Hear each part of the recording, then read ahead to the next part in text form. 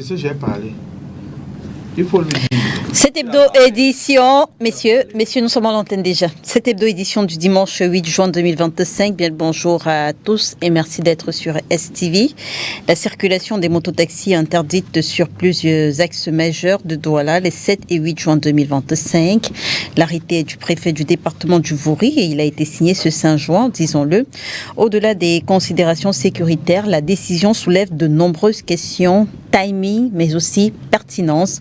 On en parle. Et puis, Actis accepte de céder ses parts au Cameroun pour, apprend-on, 78 milliards de francs CFA.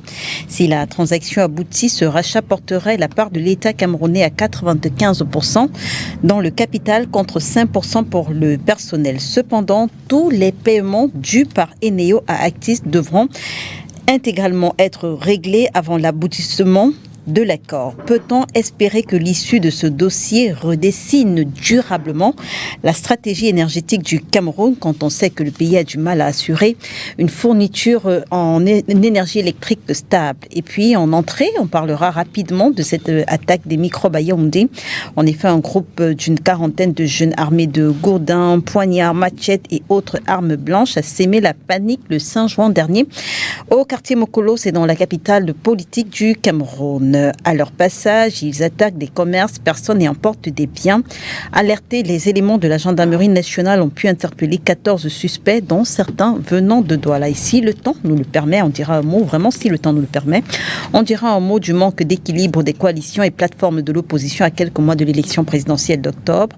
Cette semaine, on a assisté à une crise majeure entre les membres du groupe de Douala, j'ai nommé Anissé Ekane et Cyril Sambaka. On parle de tous ces sujets avec vous, Franck-Martial Fomo. Vous êtes militant du Parti camerounais pour la réconciliation nationale. Bonjour et merci d'avoir accepté notre invitation. Bonjour Léla, merci pour l'amitié renouvelée au PCRN. Bonjour à tous les camarades du PCRN, particulièrement ceux du Honkam dont je suis le responsable. Comment est-ce que vous avez vécu l'attaque des microbes le 5 juin dernier à Yaoundé? Je crois que c'est le quotidien des Camerounais. L'insécurité au Cameroun et davantage à Yaoundé, curieusement. Le quotidien des Camerounais, vous êtes dur quand même. Je viens de Yaoundé il y a cela 2 jours. Oui. Permanemment à Yaoundé, on est en insécurité. Les microbes ne sont que la partie visible qui est filmable par les caméras et autres téléphones, mais à Yaoundé, permanemment, on est en insécurité. Vous n'avez qu'à voir comment les gens tiennent leur téléphone, comment les gens circulent, vous voyez comment les gens tiennent leur sac quand ils circulent dans la ville. L'insécurité est quasi permanente à Yaoundé. Le microbe ne peut être qu'un aspect qui est le prétexte de ce débat, mais le Cameroun est globalement dans l'insécurité, que ce soit l'insécurité physique des personnes et des biens, l'insécurité alimentaire, sur tous les aspects. Les Camerounais sont permanemment en insécurité. Ça fait peut-être la 3e fois que je débat le sujet de l'insécurité. Quand ce n'est pas à Douala, c'est à Yaoundé, c'est à Bafoussam. On constate simplement qu'on a un régime qui a failli sur tous les aspects et qu'il est temps que les Camerounais pensent à comment donner un nouveau leadership au Cameroun. Il n'y a plus d'autres solutions envisageables. Merci Franck-Martial Fomo d'être avec nous ce dimanche. À côté de vous, on reçoit le maire de Loum, M. Guy Wambo Kuete. Il est également militant du Social Democratic Front. Bonjour Monsieur le maire, merci d'avoir accepté notre invitation. Merci Reine, merci pour cette amitié renouvelée. Je voudrais déjà dire bonjour aux panélistes et saluer les populations de la ville de Loum, plus particulièrement ceux de Maningwassa. Et dire ça va, vous avez réglé vos soucis avec Kamwata? Disons en réalité que dans le déroulé que j'ai présenté ici la dernière fois, je me suis fait comprendre qu'il n'y avait aucun souci en réalité, que l'intention était seulement de me nuire dans le cadre de l'exercice de mes fonctions. Et je crois que ceux qui ont essayé se sont mordus les dents parce qu'en face d'eux, ils ont eu du répondant. Et en dehors de ça, je crois que je veux quotidiennement pour mes populations. Et je crois aujourd'hui, ce pourquoi on avait eu ce désagrément, les populations aujourd'hui sont entièrement satisfaites. D'accord. Parce qu'il s'agissait...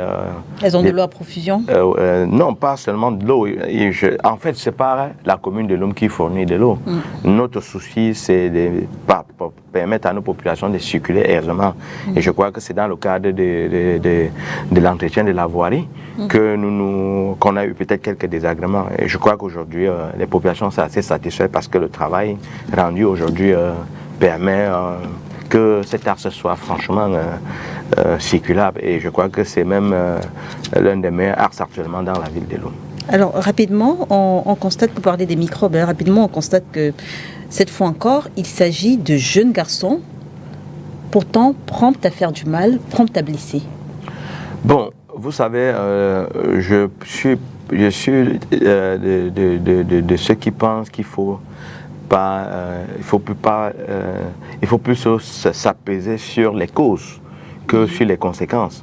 Parce qu'en réalité, s'il faut interroger cette violence ou bien cette insécurité galopante dans le Cameroun, il faudrait partir à la base pour dire que je crois que c'est l'oisivité, c'est le manque de travail.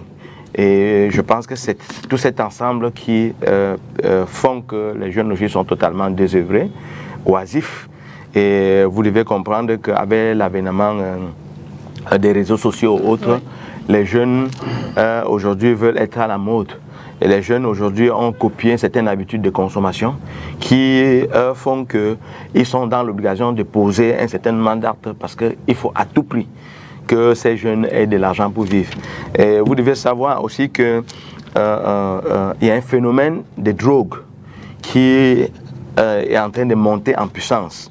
Et c'est l'occasion ici pour moi d'attirer l'attention de nos autorités parce que il y a, comme je l'ai vu ailleurs, il y a une certaine communauté, je ne veux pas stigmatiser les communautés, une certaine communauté des expatriés qui sont très avancés dans la distribution des drogues ici au Cameroun. Et je crois que partout ailleurs, on a constaté que ce phénomène est tellement inquiétant au point où les autorités commencent déjà à interdire à certaines personnes l'accès à leur territoire. On a une difficulté que dans ce pays, on laisse faire, on permet aux étrangers de faire ce qu'ils veulent. Donc, nos jeunes aujourd'hui sont extrêmement exposés. Et c'est pour cette raison qu'on n'est pas surpris de cette violence. Et c'est l'occasion aussi de dire que, en réalité, là où nous attendons le régime RDPC dans le cadre de la sécurité, c'est de permettre... Pardon ? L'État du Cameroun. L'État du Cameroun, si vous voulez, mais de toutes les façons, vous savez, Reine, je vais faire une discrétion là en disant, je ne sais pas pourquoi vous voulez absolument recadrer les gens dans le cadre de leurs propos, même quand j'estime que ça ne vient pas heurter... Peut-être parce que le Conseil national de la communication... Non, le Conseil national de la communication... Et que je peux être sanctionné... Non, le Conseil national de la communication... Au-delà des mises en garde que je reçois de façon quotidienne. Le Conseil national de la communication fonctionne à telle chercheuse. Nous avons vu sur les plateaux de télévision où des individus ont dit que si les gens gagnaient les élections, ils ne s'installeront pas au palais d'Utudi parce qu'en réalité le palais d'Utudi est dans le village des gens. Mais nous n'avons pas vu que ces gens ont été sanctionnés. Peut-être parce que le Conseil national de la communication ne sanctionne que les journalistes, pas les autres. Bon, de toutes les façons, moi je dis, j'assume pleinement ce que j'ai dit, j'assume mes propos. Je voudrais juste signaler ici en disant que au lieu de faire constamment dans la répression, au lieu de faire constamment dans la privation des libertés des uns et des autres, je crois que ça, c'est des situations où nous attendons vraiment voir les forces de maintien de l'ordre agir. Et agir, c'est également prévoir. Parce que si, en dehors d'être informés sur les activités des partis politiques, si ces gens étaient vraiment informés, ils sauraient exactement qu'il y a un mouvement des jeunes qui est en train de s'opérer et prendre des dispositions nécessaires pour pouvoir contrer. Mais ce que nous observons, c'est que les gens, allègrement, quand il s'agit de brimer les partis d'opposition, ils sont champions, ils mettent des radars partout. Mais quand il faut peut-être mettre la sécurité dans le pays, ils sont incapables. Alors, face à vous, nous recevons Maître Moustapha Ngwana, il est avocat. Bonjour Maître, merci d'avoir accepté notre invitation. Bonjour Léla, bonjour à mes co-panélistes, bonjour à vos nombreux téléspectateurs. C'est un plaisir renouvelé de nous retrouver sur votre plateau. J'espère que nous serons à la hauteur des débats. Alors, Maître, comment est-ce qu'il faut analyser le fait que certains de ces microbes interpellés à Yaoundé, je disais encore 14 ont été interpellés par la gendarmerie, comment est-ce qu'il faut analyser le fait que certains viennent de Douala? Ils l'ont affirmé. Je crois que ce qu'il faut reconnaître, c'est je sais pas, je veux dire, c'est ce qu'il faut noter en fait dans cette situation, c'est une espèce de globalisation de la criminalité. Ça veut dire qu'en fait, une forme d'organisation particulière, en fait, c'est déjà carrément une espèce de mafia qui est en train de s'installer. Parce que vous voyez, si on peut partir de Douala pour aller synchroniser des actions comme celle-là dans la capitale et dans la capitale politique, ça veut dire qu'il y a véritablement une solide organisation derrière et que le gouvernement qui a pris quelques-uns d'entre eux devrait s'arranger à pouvoir dessoucher, en fait, si je peux utiliser l'expression, dessoucher tout ce qui se cache derrière. Parce que vous voyez bien que les jeunes ne se lèvent pas du jour au lendemain pour se livrer à une activité comme ça. Il y a forcément une synchronisation parce qu'il peut pas se retrouver une quarantaine, cinquantaine alors qu'ils ne se sont pas organisés. Donc il faut pouvoir couper la tête de la pieuvre, couper la tête de l'organisation pour que les choses puissent, pour qu'on puisse éviter ce phénomène-là qui nous vient d'Afrique de l'Ouest, parce que je crois que c'est en Côte d'Ivoire et aussi à RDC que ils appellent ça Koulouna chez eux. Donc c'est le phénomène. Il faut qu'on puisse trouver des mesures véritablement draconiennes. Et c'est là où on doit attendre véritablement le renseignement et non l'infiltration des partis politiques, comme je vois, comme les messages portés circulent. Donc il faudrait absolument que le renseignement prévisionnel puisse être fait de ce côté-là.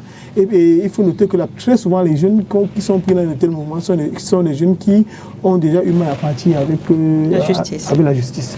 Donc c'est également des angles sous lesquels les enquêtes peuvent être menées, surtout pour le renseignement prévisionnel, parce que le plus important, c'est d'éviter que le phénomène puisse s'installer. Parce que j'ai vu que le ministre de la Justice, par exemple, RDC a pris des mesures draconiennes. Oui. Peut-être qu'il faut qu'on puisse arriver au Cameroun avec des mesures similaires. Parce que c'est vrai que les droits de l'hommiste vont crier à sur le baudin, mais à un moment donné, la sécurité des personnes et des biens est au-dessus des considérations des délinquants. Parce qu'en réalité, ce sont les délinquants. Je crois que c'est Goethe qui disait mieux vaut une injustice qu'un désordre. Donc je pense que relativement à cet aspect bien particulier, des gens qui ont décidé... Mieux vaut une injustice qu'un désordre, vous êtes d'accord avec ça? Non, je dis que c'est pour ce cas en particulier. Je dis bien pour ce cas en particulier. Je dis pour ce cas en particulier où, en plus, ce ne serait pas une injustice que de faire, que d'embastiller des personnes qui... Mais on pourrait également embastiller des personnes qui n'ont rien à voir avec le phénomène. C'est pourquoi la justice doit faire son travail. D'accord. C'est-à-dire que vous savez, la seule chose qui soit absolue, c'est que tout est relatif. Donc, il faudrait qu'on fasse la casuistique. Dans tous les cas, la justice fait toujours la casuistique. Parce qu'on interdit d'ailleurs au juge de se prononcer par des voies de disposition générale. Le juge se prononce que sur les cas qui lui sont soumis. Donc il faudrait qu'on apprécie les cas, mais que des mesures franches soient prises contre les personnes qui empêchent les citoyens de pouvoir vaquer paisiblement à leurs occupations. Rassurez-vous, je vois bien là où vous voulez aller pour dire que maintenant que le RDPC décide de militariser la ville, de faire si que ce serait pour éviter un désordre, mais tout ça c'est imaginaire. Donc je sais très bien de quoi je parle. Je dis bien dans le cas de cette délinquance organisée, de cette mafia qui est organisée, il faudrait que les mesures... Vous me prêtez des intentions, maître. Non, je vais empêcher Kalbe de dire ce qu'il a dit après. Merci en tout cas d'être avec nous ce dimanche. À côté de vous, Serge Henri Kelbé, ingénieur spécialiste des énergies renouvelables, expert en économie d'énergie. Bonjour Monsieur Kelbé, merci d'avoir accepté notre invitation. Bonjour Lila, bonjour à vos millions de téléspectateurs, bonjour à mes copanélistes, bien que je sois déjà présenté par un autre copanéliste, je suis là.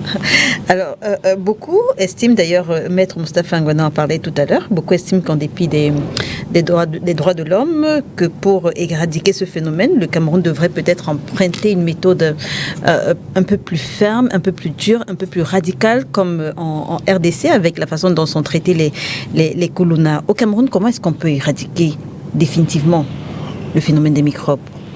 Vous posez là une très belle question. Définitivement. Une très belle question parce que, en effet, la situation que nous vivons actuellement peut se situer sur deux ou trois pôles. Le premier pôle, voyez-vous, il y a une sorte de crise, je ne dirais pas crise d'adolescence, mais lorsque vous voyez ces jeunes de 15 ans à 22 ans, nous avons eu cet âge, nous avons appartenu à cette génération. Je pense que nous, ici, sur ce plateau, nous avons eu une éducation telle que c'est un fait, c'est un phénomène ne pouvait pas se produire à notre époque. Et là, vous vous rendez compte que des élèves de classe de terminale, pas plus tard que hier, ont copieusement bastonné leur enseignant. Ils lui ont cassé la mâchoire en lui disant... Après le baccalauréat? Pardon? Après le baccalauréat. Après le baccalauréat. Tout simplement parce que, dit-il, ce monsieur, cet enseignant, il a fouillé les poches des enfants et il a enlevé tout ce qui pouvait les amener à tricher. Ce sont des enfants qui ont entre 16 et 22 ans. Les faits se déroulent où? Au lycée technique de Loum. C'est ça, monsieur le maire? Merci. Merci beaucoup, monsieur le maire. Vous comprenez donc que c'est de là, c'est la même bande. Ceux qui font encore semblant d'être à l'école, qui vont chercher un bac et qui 2 ans, 3 ans resteront à la maison, n'auront rien à faire et vont se livrer aux mêmes activités que les microbes. Donc, le premier problème, ou alors la première cause, elle est sociétale, les parents. Les parents. Nous avons eu cet âge, mais je ne sais pas que sur ce plateau, de la 6e en terminale, nous avons fait plus de 10 bagarres. Étant au lycée, en jouant un match de football, ou alors notre génération s'est livrée à ce genre d'actes. Comme disait peut-être Maître ou le maire, il y a les réseaux sociaux. Mais l'éducation est primordiale. Donc les parents devraient prendre leur entière responsabilité. Moi qui suis assis, aucun de mes enfants, je mets la main sur le feu, jusqu'en terminale, jusqu'après l'université, ne peut avoir ce comportement. Ce sont les valeurs qu'on inculque à nos enfants. Pour aller plus loin, Maître a commencé à le dire, il faudrait que le législateur durcisse les lois. Le Parlement va se réunir en juin, là, le 10. Je pense qu'il serait temps de prendre certaines... Moi, je suis pour la peine de mort, le rétablissement de la peine de mort au Cameroun. Ce n'est pas le sujet aujourd'hui. Mais juste pour vous dire qu'il faut durcir la législation en matière de délinquance juvénile, en matière de crimes économiques, en matière de féminicide. Il y a trop de choses à faire où, si l'État veut être fort, il faut donner la possibilité, n'est-ce pas, aux hommes de droit d'être rigides.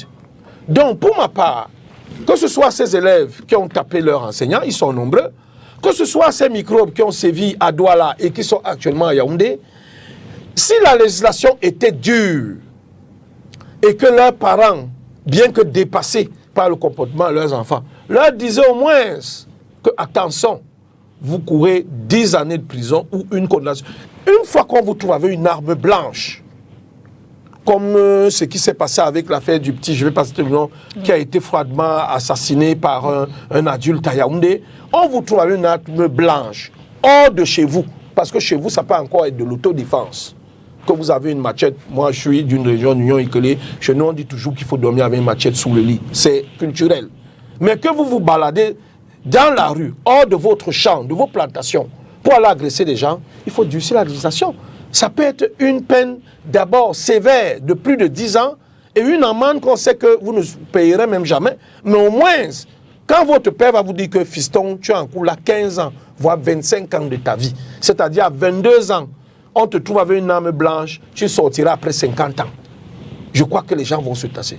Donc il y a du travail à faire là-dessus pour que, quelque part, ceux qui sont chargés de la sécurité des biens et des personnes aient des leviers pour mieux actionner. C'est vrai, ça qu'il faut le dire. Vous terminez. Que quand on vous arrête avec de tels équipements, il faut des équipements sous-scellés. Moi, j'ai eu maille à partir avec le commissaire du 16e arrondissement de police de Douala, mon corps, qui a mon vigile, mon gardien, un de mes gardiens qui garde un terrain là-bas. Ils lui ont collé une étiquette de microbe. Je suis allé 2 fois à la compagnie de gendarmerie de Ndogbon pour justifier que, 1, il n'avait pas de stupéfiants sur lui, 2, les machettes qu'il avait, c'est moi-même qui les avais achetées parce que c'est un terrain sur lequel il y a la mangrove et parfois il faut faire du nettoyage. On a dit qu'il était microbe, on a dit qu'il avait des stupéfiants sur lui. Donc vous avez parfois des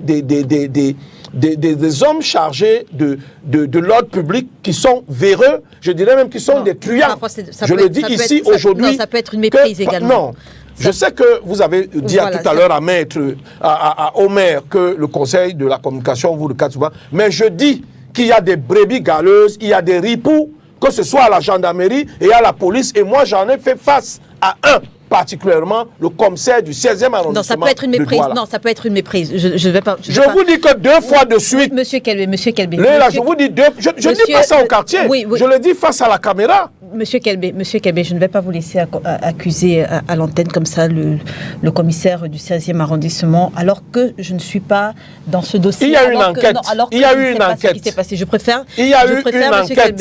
Et il s'est avéré à la compagnie de gendarmerie de Ndogbon que ces enfants n'y étaient pour rien. Pour preuve, aujourd'hui, sont libres. Voilà, ils n'y étaient pour rien. Voilà. Peut-être que si le commandant était effectivement véreux, comme vous le dites, il aurait trouvé, oui, mais de telles attitudes, charger des enfants en disant qu'ils sont des microbes, avec des stupéfiants que vous n'avez pas mis sous scellé, ça s'apparente à quoi? La circulation des mototaxis interdite sur plusieurs axes majeurs de Douala, les 7 et 8 juin 2025. D'ailleurs, ce matin, on note la présence massive des forces de l'ordre, du moins à certains endroits dans la ville de Douala. Monsieur le maire, comment s'est effectué votre parcours de chez vous jusqu'ici? Est-ce que vous êtes passé par Deidou?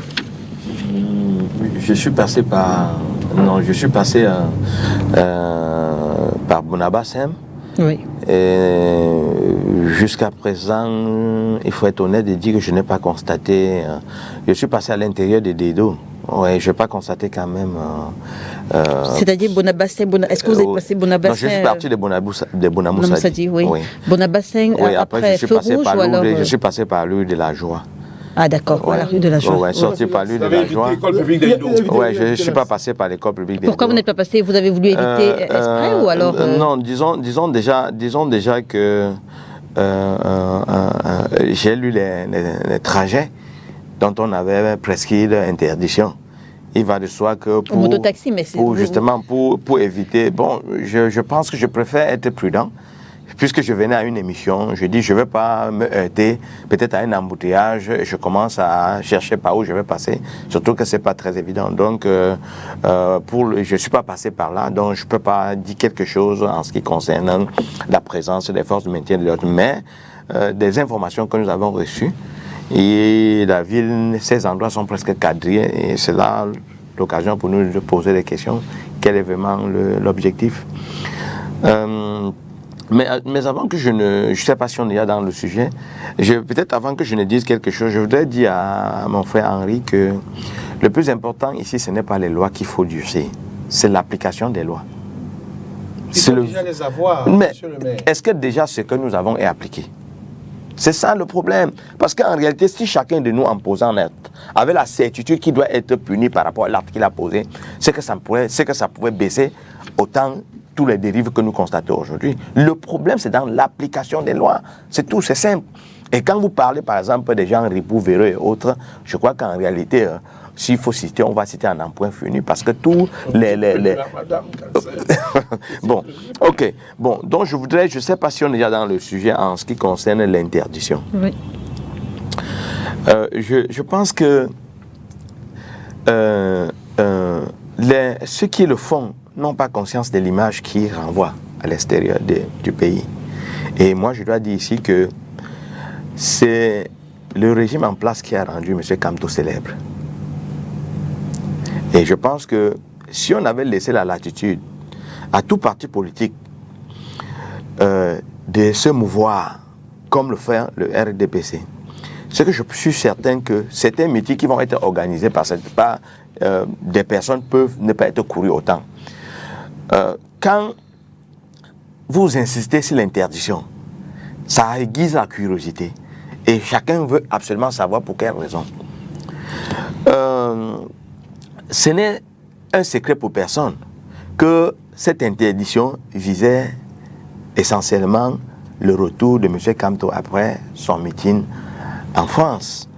Et quand vous faites la critique en disant que le vote doit se passer au Cameroun et non en France, maintenant, quand ce responsable politique revient au Cameroun pour certainement continuer dans le cadre peut-être de sa campagne qu'il a engagée, mais vous l'empêchez de se mouvoir, dites-moi exactement comment les frustrations ne vont pas naître. Parce que vous avez beau dire n'importe quoi et donner tout ce que vous avez à donner comme justificatif. Je ne pense pas que, jusqu'à preuve de contraire, vous avez pondu des communiqués en citant qu'il ne faut pas que les motos circulent. Vous avez dit également qu'il faut être infiltré. Mais les raisons pour lesquelles on infiltre ces partis politiques, c'est quoi? Ou ce parti politique, c'est pourquoi? Parce qu'en réalité, l'intention, c'est également, on ne peut pas totalement s'éloigner de ça. Peut-être l'intention était aussi de créer des incidents et l'imputer à cette formation politique. On n'a pas besoin de tout ce théâtre et tout ce cinéma dans notre pays. Et il faut le reconnaître que ce sont des actes, je peux même dire, personnellement, je peux même dire que ce sont même des actes isolés. Ce sont même des actes où des gens veulent absolument faire croire qu'ils font plaisir au président de la République. Alors que si vous allez regarder, le président de la République n'est même pas au courant de ce qui est en train de se passer au vu de son âge. On n'a pas besoin de ternir autant l'image du Cameroun. Vous venez de dire là qu'il faut durcir les lois. Les lois existent au Cameroun. Permettez à ceux qui commettent des actes ou qui vont poser des actes d'être appréhendés et d'être punis. On ne peut pas préjuger de ce que les gens vont faire à poser en termes d'actes. Le fait qu'on militarise toute la ville de Lou pour un individu, c'est pourquoi la ville de Douala pour un individu, c'est pour quelle raison? Ça, ce n'est pas nécessaire, Monsieur Henri. Il faut dire à vos camarades du RDPC. La ville est militarisée. S'il vous plaît. Ça, vous le dites. Moi, je dis elle est militarisée parce que poster les forces... Vous avez vu un seul policier en venant ici? Monsieur Henri, il y en a. Sur votre trajet? J'ai dit sur le trajet, ce n'est pas emprunter le trajet qui a été interdit. Oui. Mais est-ce que vous avez vu... J'ai dit, je n'ai pas emprunté ce trajet. Voilà. Mais il est constant. Il est constant. Peut-être c'est une façon de parler, mais il est constant. C'est vous qui le dites. Il est constant que ces astres sont, quand vous empruntez ces astres, vous voyez les militaires postés, les policiers postés partout, alors que ce n'est pas nécessaire. Terminez, monsieur le maire. S'il vous plaît, moi je voulais dire une chose. Vous avez tendance à minimiser ce qui se passe actuellement dans notre pays. Et cette révolte sourde-là, on a l'impression que ceux qui nous gouvernent ne se rendent pas compte. Vous ne pouvez pas passer le temps à fermer une marmite qui mousse. Quel qu'en soit ce que vous allez faire, à un moment donné, ça va exploser. Et moi, je crois que ceux qui nous gouvernent aujourd'hui mettent le Cameroun constamment en danger. Monsieur Fourmont, comment est-ce que vous vivez les événements depuis ce matin? Je disais peut-être pas la ville militarisée, mais on retrouve les forces de l'ordre à certains endroits dans la ville de Douala. C'est regrettable. J'ai lu la note du préfet. Ce qui me choque dans cette note, c'est la légèreté avec laquelle on traite les libertés publiques. C'est-à-dire que la liberté fondamentale d'aller et de venir des citoyens, on voit avec quelle légèreté le préfet prend un arrêté pour interdire aux gens. Parce qu'on se serait attendu, c'est que les motifs, les raisons, il dit simplement tel artère doit être bloqué. Il s'en fout de ce que ça peut causer. Pour arriver ici, il a fallu que je contourne Bandokoti et remonter comme ça pour redescendre à STV. Je veux dire que... vous étiez censé passer sur... Oui, je suis à Ndogbon. D'accord. Donc logiquement, quand je viens ici, je dois passer par École pour arriver plus facilement. Je suis obligé de revenir par la douche pour revenir redescendre comme ça pour arriver à STV. Je veux dire qu'on peut comprendre que dans un pays qui a des situations particulières qui obligent l'autorité compétente à prendre des dispositions, mais une fois que vous voulez restreindre la liberté des citoyens, vous devez les justifier, vous devez les donner le fondement de votre action. Vous ne pouvez pas prendre simplement un arrêté qui dit que vous ne pouvez pas monter, vous ne pouvez pas descendre, alors qu'il s'agit là de la liberté. Il ne s'agit pas simplement des sympathisants et des militants du MS qui en pâtissent. Tous les Camerounais en pâtissent. Il faut contourner des gens qui ne peuvent pas arriver chez eux normalement. Si tu as ton enjeu personnel qui te permet d'arriver chez toi et que l'itinéraire est dans ton domicile, ben, tu es en difficulté, tu ne peux pas sortir avec ton enjeu parce que c'est interdit. On n'a pas interdit, on a dit ceux qui font l'activité à titre onéreux. Comment on reconnaît celui qui fait l'activité à titre onéreux? Mais il a un badge, il doit avoir un badge. Donné par qui? Soyons sérieux, ne parlons pas comme si on parlait aux Français. Il doit avoir un badge, on leur demande. Permettez. Monsieur Kelbé. Nous, on s'adresse aux Camerounais, à ceux qui connaissent les conditions du Cameroun. Il ne faut pas que, parce qu'on est sur un plateau de télévision, qu'on essaye d'embellir. Je veux dire que le comportement du régime... C'est une parenthèse. Ils sont parfois censés avoir des chasubles, mais parfois ils n'ont pas de chasubles. Et les autorités, au vu et au su des autorités, Monsieur Kelbé. Ces chasubles, d'ailleurs, personne, je ne recommande pas, parce que vous ne pouvez pas demander à un mototaximène d'avoir un chasuble où vous avez marqué dessus une compagnie de téléphonie mobile. C'est-à-dire que vous transformez les mototaximènes en agents de publicité des compagnies et ils doivent débourser de l'argent pour payer la publicité des organisations. Je pense que c'est des choses qui ne peuvent pas se faire. Je reviens, par exemple, au sujet d'un truc que je pense être très important, qu'on a suivi aussi très vite. Le problème est plus sérieux que le problème de loi. Rapidement. Quand les Camerounais sont mis dos au mur, quand les gens n'ont plus d'issue, dites-leur qu'en agressant quelqu'un, vous avez un siècle en prison, ils vont agresser. Parce qu'ils n'ont plus d'issue. Pour eux, ils sont dans le désespoir total. La prison, pour eux, n'est pas... C'est comme si... Mais je veux dire... Exactement. Non, je suis en train de prendre un cas. Votre génération, vous connaissez combien... Ce n'est pas parce que les gens réussissent à échapper dans un système que ça veut dire qu'il n'y a pas de conditions créées pour qu'on en arrive là. Prenez le cas, par exemple, de la responsabilité parentale. Pourquoi, à leur époque, les enfants étaient plus encadrés? Parce que les fonctionnaires vivaient plus aisément. Oui. Les gens avaient le temps d'encadrer des enfants. Aujourd'hui, tout le monde court après quoi nourrir la famille. Le père entre à minuit, la mère entre à 2 heures. Les enfants vont poignarder. Les enfants sont abandonnés à eux-mêmes. Nous sommes dans une analyse globale de la situation. Il doit toujours avoir des exceptions. Même en prison, il y a des gens qui sortent en prison indemnes. C'est-à-dire que quand tu le vois se comporter, tu n'as pas l'impression que c'est un monsieur qui a fait 10 ans de prison. Pourtant, en prison, toutes les conditions sont créées pour que vous sortez rebelle. Je veux dire sorti bandit, définitivement. Mais ce n'est pas parce que quelqu'un est sorti de là et qui se comporte toujours normalement comme un citoyen ordinaire qu'on va laisser l'impression que la prison est un endroit où on vit très aisément.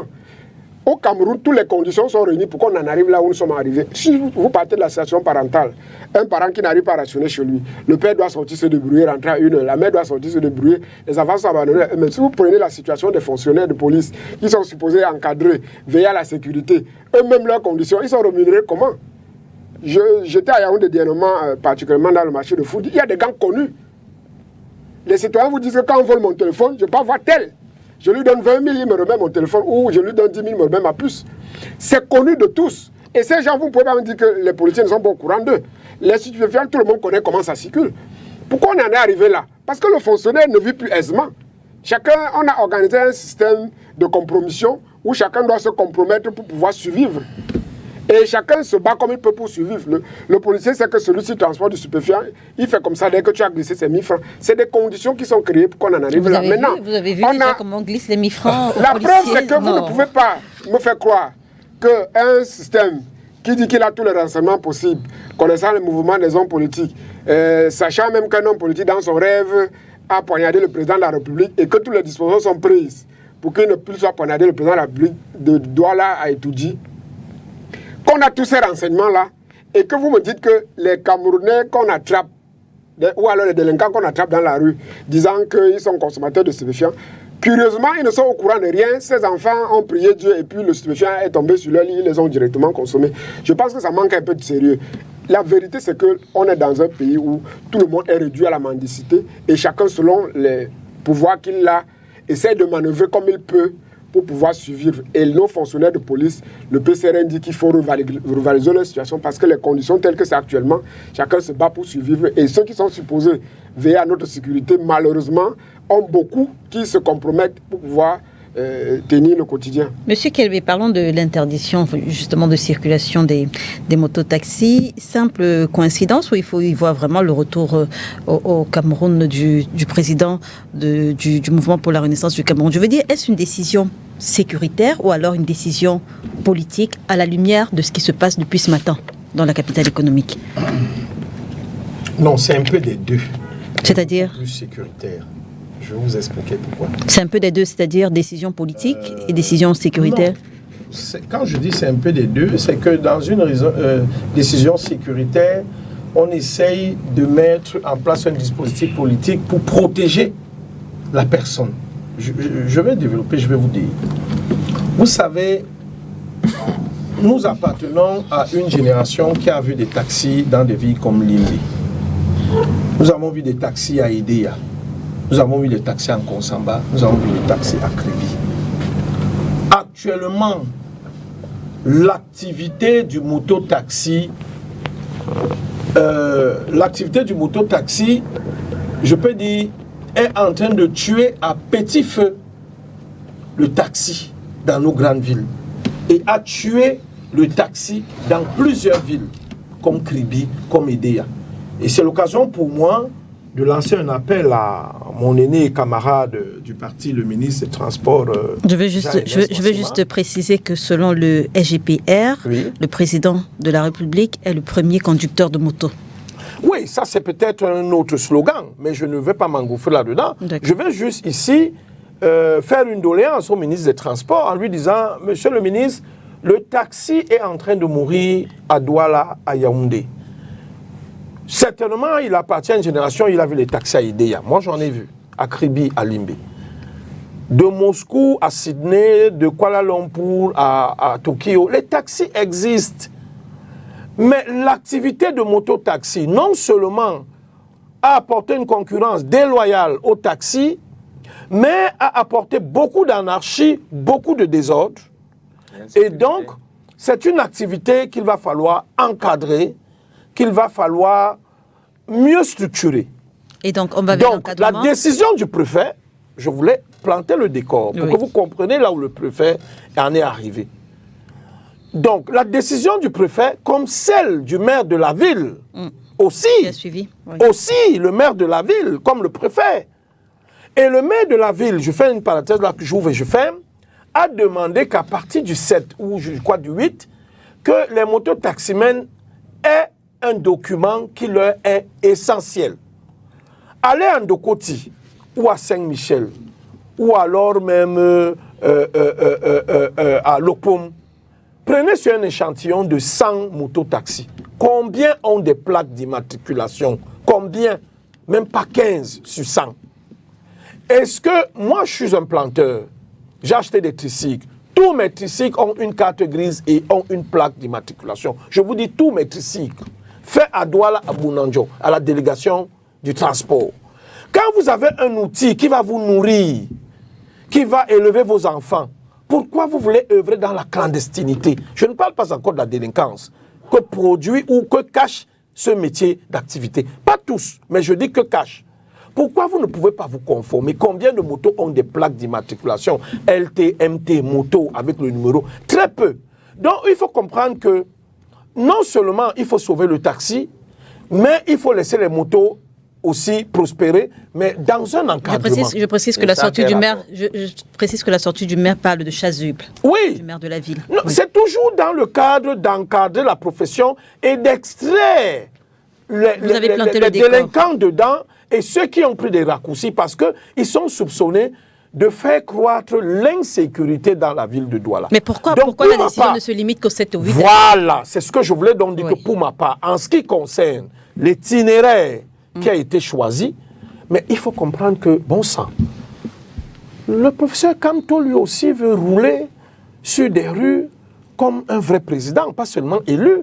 Et dans le gouvernement l'aide. Il veut bien trouver des rues, des boulevards vides où il n'y a pas de circulation, pas d'embouteillage. Il veut se sentir là. Je vous dis que vous ne connaissez pas le plaisir. Comme moi, j'ai souvent eu le plaisir de rouler dans un cortège officiel qui n'est pas embouteillé, qui n'a pas d'obstacle. C'est un bonheur. Et donc, c'est ça l'objectif de l'autorité administrative. Cela. Si c'est nécessaire, qu'ils partent peut-être de l'aéroport jusqu'à l'école publique d'Edo ou alors jusqu'au siège du MRC avec une facilité, une légèreté sans encombrement, mais je pense que ce n'est pas mauvais. Et les forces de l'ordre qui font savoir qu'il ne pourra pas tenir la réunion qu'il envisage de tenir au siège de son parti. Est-ce que ce sera la première ou la dernière réunion que les forces de l'ordre vont tenir? Nous sommes sur le régime déclaratif, mais peut-être va le dire. S'il a une réunion... Je vais être certain, M.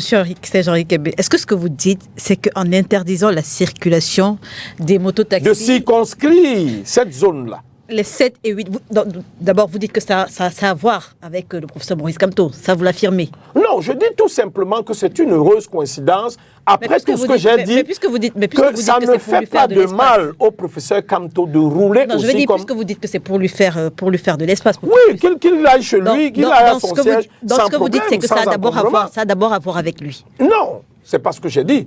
J'ai dit d'abord, j'ai parlé de l'activité des mototaxis. J'ai parlé du taxi qui se meurt. Et qu'au vu de tout cela, les règles ou alors les besoins voulus par le maire de la ville, qui a demandé qu'ils aient des SASU à partir de lundi 8, 9, cadre avec un calendrier qui était déjà bien avancé. Maintenant, ce qu'on peut amener vers qu'on peut coller peut-être au président Kamto, c'est la circonscription de cette décision. Je crois que là, on se comprend. Maintenant, c'est le fait que cette décision cadre autour de l'école publique d'Edo, l'axe qui va à Kamtel, Bépanda, l'autre qui va à Bonamouan, ou l'autre qui va à Bessengue. Il ne s'applique que sur 2 jours, 7 et 8 juin. Mais je vous ai fait comprendre que, est-ce que, moi je ne sais pas, je vous ai dit que je n'étais pas dans la ville. Je ne sais pas si le président Kamto était là hier. Je sors de l'Est. J'étais jusqu'à Doumé, où j'avais des activités familiales, donc je ne peux pas savoir si hier, c'était pour lui. Mais si c'est pour... On veut coller cette décision à l'arrivée du président Kamto. Je vous dis que moi, j'ai le bonheur et je veux avoir ce plaisir tous les jours de rouler de chez moi jusqu'à mon lieu de travail sans encombrement, sans obstacle. Le président Paul Biya le vit tous les jours. On ne dit pas que pourquoi le président Paul Biya est sorti, on a empêché les motos de garer au bord de la route, on empêche aux camions de stationner alors que le président Paul Biya va passer. Ah, dans ce vous que vous comprenez dites, donc que vous mettez le professeur Maurice Kamto au même titre. Je ne situe pas, je vais tout simplement vous dire que c'est un bonheur. Aussi bien qu'on s'arrange à mais le président Kamto a dit qu'il est le président élu, mais on lui donne le prestige et le bonheur d'un président. Donc vous le reconnaissez qu'il circule, comme le président élu alors. Qu'il circule, il dit, j'ai dit qu'il a dit. Mais monsieur Wambo, monsieur Wambo, je n'ai pas dit, je reconnais. J'ai dit qu'il dit. Ne me coupez pas s'il vous plaît, soyez poli. Ne me coupez pas au point où vous allez encore dire que c'est le RDPC qui a fait démissionner un élu du SDF. Un élu du SDF pour aller donner sa voix au MRC. Moi, je n'étais pas là quand Maître Tchapi prenait cette décision. Donc, comprenez que le RDPC... Les gens peuvent démissionner. Voilà. Pas comme chez vous, ou quand les gens démissionnent, c'est peut-être la prison. Monsieur le maire, quand moi j'ai parlé, vous me faites sortir du allez-y. Je veux tout simplement vous faire comprendre que le président Kamto a aussi droit à des aménagements. Il a droit à vivre un certain plaisir, un certain bonheur. Je vous ai dit que mes positions, qui sont peut-être critiquées aussi dans le parti. Mais est-ce qu'il n'a pas le droit également de s'entretenir avec ses militants au siège de son parti? Je pense tout simplement que, à mon avis, je ne trouve aucun obstacle. Je ne trouve aucun problème. Mais si les administratifs de la ville, qui sont chargés de la sécurité des personnes et des biens, estiment qu'il peut avoir trouble à l'ordre public ou atteinte à sa personne, vaudrait me prendre certaines décisions proactives ou alors à titre préventif, qu'il ne lui arrive pas de problème et que les gens disent après qu'il y a eu une négligence quelque part. Mais moi, je le dis encore, le président Kamto est un homme libre. Est-ce que vous êtes d'accord? Est-ce que vous êtes d'accord, Monsieur Kelbé, avec ceux qui, Monsieur le maire l'a soulevé tout à l'heure, avec ceux qui disaient un meeting à Paris, c'est bien beau, mais il faut pouvoir le tenir. Il faut pouvoir tenir ce type de meeting. Mais la campagne électorale arrive. Non, est-ce que vous êtes d'accord avec ces personnes-là qui font savoir que le meeting à Paris ne représente rien, que la véritable force, c'est de tenir un non, meeting. Moi, je l'ai dit sur d'autres plateaux. Oui. L'électorat, après 12 ans, je dirais même 13 ans dans la diaspora, en Europe et en Amérique du Nord, au Canada, je connais mieux la diaspora. Pas celle qui est partie là quand on a ouvert des frontières au Canada, tout le monde allait à bras de tout. À l'époque où le Canada était encore un pays noble, j'y ai été. La diaspora ne représente, c'est 26 000 électeurs pratiquement sur plus de 8 322 000 électeurs. Vous comprenez donc que la diaspora... Je précise juste que ceux qui tenaient ce discours, c'était dans le but de dénigrer... Non, moi je ne dénigre pas. Je l'ai dit que même si le président Kamto avait 100 000 sympathisants et fidèles au meeting de Paris, même 100 000, Ces personnes qui étaient là à ce meeting ne représentent pas 2000 électeurs. Plus. Je sais ce que c'est. Ça représente... Je vous dis que, bon, vous avez, je vais citer peut-être quelqu'un, vous avez quelqu'un comme Richard Bouna qui était là. Il a déchiré son passeport devant nous. Est-ce qu'il vote? Des gens comme ça, vous en avez en dizaines de milliers ce jour-là, qui étaient là. Donc, pour moi, ça se joue au Cameroun. Non. Ça se passe au Cameroun. Ici, est-ce que c'est possible? Est-ce qu'il est possible que ça se joue au Cameroun lorsqu'un président d'une formation politique ne peut pas aller à son siège, au siège de sa formation politique, librement? Je ne pense pas qu'il a été interdit d'aller à son siège. Entre aller à son siège et tenir une réunion, c'est deux choses différentes. On ne peut pas vous empêcher d'aller chez vous. Vous allez chez vous. Mais si vous organisez une réunion ou alors des activités qui vont faire du bruit... Est-ce qu'un président d'une formation politique a le droit d'organiser une réunion au siège de son parti? Le MSC n'a pas tenu sa convention, son méga meeting au palais des congrès, où il y a eu des décisions fortes. Très bien. Le MSC travaille. Même à Yaoundé, ils se réunissent. Je crois que j'étais sur un plateau avec l'un des vice-présidents qui m'a dit qu'ils se réunissent 2 fois par mois et que c'est dans le cadre de ces réunions qu'ils se sont dit qu'ils n'iront pas aux élections en 2020. Mais s'ils se réunissent, j'insiste sur cette question, comment comprendre l'interdiction formelle? Tout peut découler de la circonstance. C'est une décision qui peut être circonstancielle. Je crois que la campagne électorale à venir est là. Tous les partis habilités à présenter un candidat feront leur campagne de 6 h du matin à 6 h du lendemain. Ça, je suis certain. Alors, maître, comment est-ce qu'il faut, je le disais, vous également, vous avez pu observer les images dans la ville de Douala ce matin, comment est-ce qu'il faut analyser la présence des forces de l'ordre à certains axes de la capitale économique et même, comme les images nous montrent, et même cette interdiction formulée aux conducteurs de moto de circuler à certains axes, sur certains axes, pardon.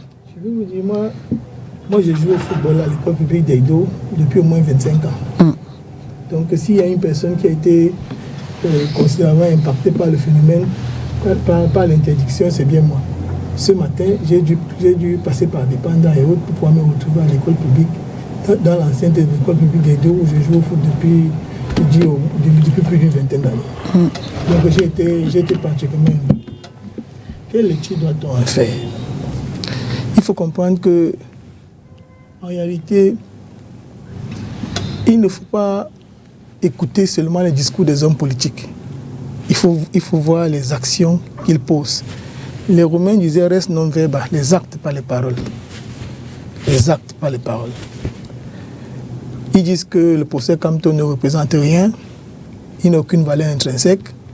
Le procès Camto, c'est du chiquet pour eux, donc ils peuvent en faire ce qu'ils veulent. Un professeur d'université n'a aucune valeur intrinsèque. Non, il n'a aucune valeur. Le meeting qu'il a fait à Paris, ce n'était rien du tout. C'était les supporters du Paris Saint-Germain qui étaient agglutinés. Tout un ministre a repris cette façon de voir.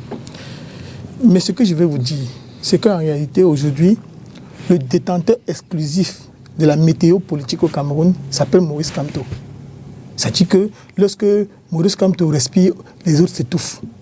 Lorsqu'il tousse, il s'enrhume. Vous voyez que des mesures loufoques, parce que je ne sais pas s'il y a un mot plus fort que ça pour pouvoir décrire ce qui est en train de se passer, des mesures loufoques sont prises. Je veux juste préciser que Cabral Libye a également eu du mal à partir il y a quelque temps avec l'administration. Non, je n'en disconviens guère. Mais vous voyez que l'amplitude, c'est une question d'amplitude. Il est constant qu'aujourd'hui, il y a deux hommes politiques qu'on veut absolument abattre.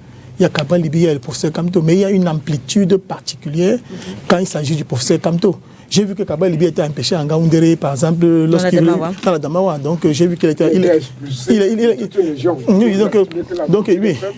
était expulsé. Mais ce que je veux dire, c'est que c'est un fait constant. Aujourd'hui, même avec Kona qui est utilisé pour pouvoir le mettre entre parenthèses, mais ce qu'on doit reconnaître, c'est que l'amplitude n'est pas la même, par exemple, qu'aujourd'hui. Par exemple, le dispositif sécuritaire qu'on a dans la ville aujourd'hui est inexplicable. Ce que je veux dire, donc, c'est lui qui détient... À certains endroits de la ville. Oui, mais c'est lui qui détient aujourd'hui la météo politique. C'est lui qui dicte la conduite des différents administratifs de la ville. Vous voyez qu'il y a même des messages portés dans lesquels on demande d'infiltrer. On demande d'infiltrer pour faire le renseignement prévisionnel, sa formation politique. on se demande bien si c'est Kamto qui dirige le Cameroun ou bien c'est quelqu'un d'autre. Le président Kamto est un citoyen camerounais comme tous les autres. Il a le droit de se déployer. Si on estime qu'il n'a aucune valeur, qu'il ne constitue pas une menace, parce que j'ai également lu un ministre de la République qui s'est penché ces derniers temps sur les réseaux sociaux, qui a dit que le tout se jouera au Cameroun et qu'il faudrait absolument qu'il aille aux élections, qu'il sait ce qu'il y a à faire, parce que s'il ne se présentait pas le MSC, il y a des chances qu'il ne soit pas retenu. Le même ministre qui allait à Paris de manière clandestine, voir les supporters du PSG. Ce qu'on doit comprendre aujourd'hui, c'est qu'en réalité, le RDPC, plus que quiconque, montre aux Camerounais quel est son véritable adversaire, par les actes qui sont posés. On comprend qu'aujourd'hui, s'il y a un véritable adversaire politique au RDPC, c'est malheureusement le professeur Maurice Kamto, que vous l'aimiez ou non. Parce que c'est dans l'attitude de votre principal adversaire qu'on peut juger de votre véritable force, de votre véritable capacité. En réalité, ce qui se passe, c'est que le bain de foule qu'il y a eu à Paris, même si on dit que la diaspora représente 26 000 électeurs, mais le problème c'est que si on vous dit qu'il y a eu 97 000 personnes sur la place de la République, et que ces 97 000 personnes, comme nous connaissons à peu près comment fonctionnent beaucoup de familles africaines... C'est pas seulement la diaspora parisienne, la diaspora... Je ne vous ai pas interrompu. À l'étranger, sur ce plateau, je ne vous ai pas interrompu. Tous les autres vous ont interrompu, sauf moi. Juste une précision. Prêtez-moi de l'argent, pas les mots. Je ne vous ai pas interrompu. Je ne vous ai pas interrompu, M. Kelbé. Et il me fait perdre un peu le fil de mes idées. J'étais en train de dire que qu'on regarde l'attitude de nos administratifs à l'égard du professeur Kamto. Et cette attitude-là est suffisamment indicative. Et même les prétendus opposants, parce qu'il y en a qui disent qu'ils sont dans l'opposition, quand ils prennent la parole, c'est pour s'attaquer à lui. Quand vous écoutez, moi je n'ai pas peur de citer les noms. Bana Kani était dans le G20 en 2018. Et que ce soit Elimbi Iobe a créé le Kautal en 2018 et avec Ekinji, mais quelques jours après, Ekinji s'est retrouvé en train de supporter le RDPC. Anissé et Kane, je ne sais pas ce qu'il représente encore aujourd'hui. Et vous allez vous rendre compte que la plupart de ces hommes politiques là sont des hommes qui n'ont pas un emploi duquel ils peuvent tirer des subsides. Donc, c'est des gens qui sont essentiellement en difficulté économique. Vous ne pouvez pas savoir. Non, je vous dis que... Écoutez, là, vous êtes journaliste, moi, je fais la politique. Je suis avocat, mais je fais la politique. Donc, j'ai dit qu'on connaît à peu près l'épaisseur des uns et des autres. Quand vous voyez les Célestins Djameni, il travaille où? Il fait quoi dans la vie? Je ne dis pas ça pour l'insulter, mais ça dit que quand vous voyez l'acrimonie... Il peut être un héritier, il peut avoir... oui, il peut être un héritier, monsieur le maire. Écoutez. Qui a travaillé pour lui jusqu'il est héritier. Sa famille. Ce que j'ai envie de vous faire comprendre, c'est que... Vous savez, monsieur le maire, qu'il y a des personnes qui n'ont pas besoin, comme tout le monde, de se lever tous les matins pour aller travailler. Mais malheureusement, pas les personnes que j'ai citées là.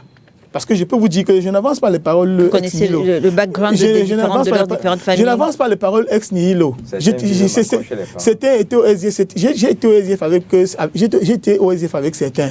Et je vous dis que dans les milieux politiques, on connaît à peu près ce que fait chacun. Vous comprenez? Elles sont nombreuses ces personnes-là qui ont plus besoin d'un emploi qu'autre chose. Et qui, au départ, avaient une véritable ferveur militante. Elles avaient une véritable ferveur militante, mais malheureusement, le poids des ans et les difficultés de la vie amènent les gens parfois à faire des virages à 180 degrés. On ne peut pas comprendre que nous soyons dans une situation ou dans un pays, les gens disent qu'ils veulent le changement. Mais pour eux, lorsqu'ils prennent la parole sur la place publique, c'est de s'attaquer à une autre personne qui veut le changement comme eux, au lieu de syncrétiser les forces pour pouvoir avancer.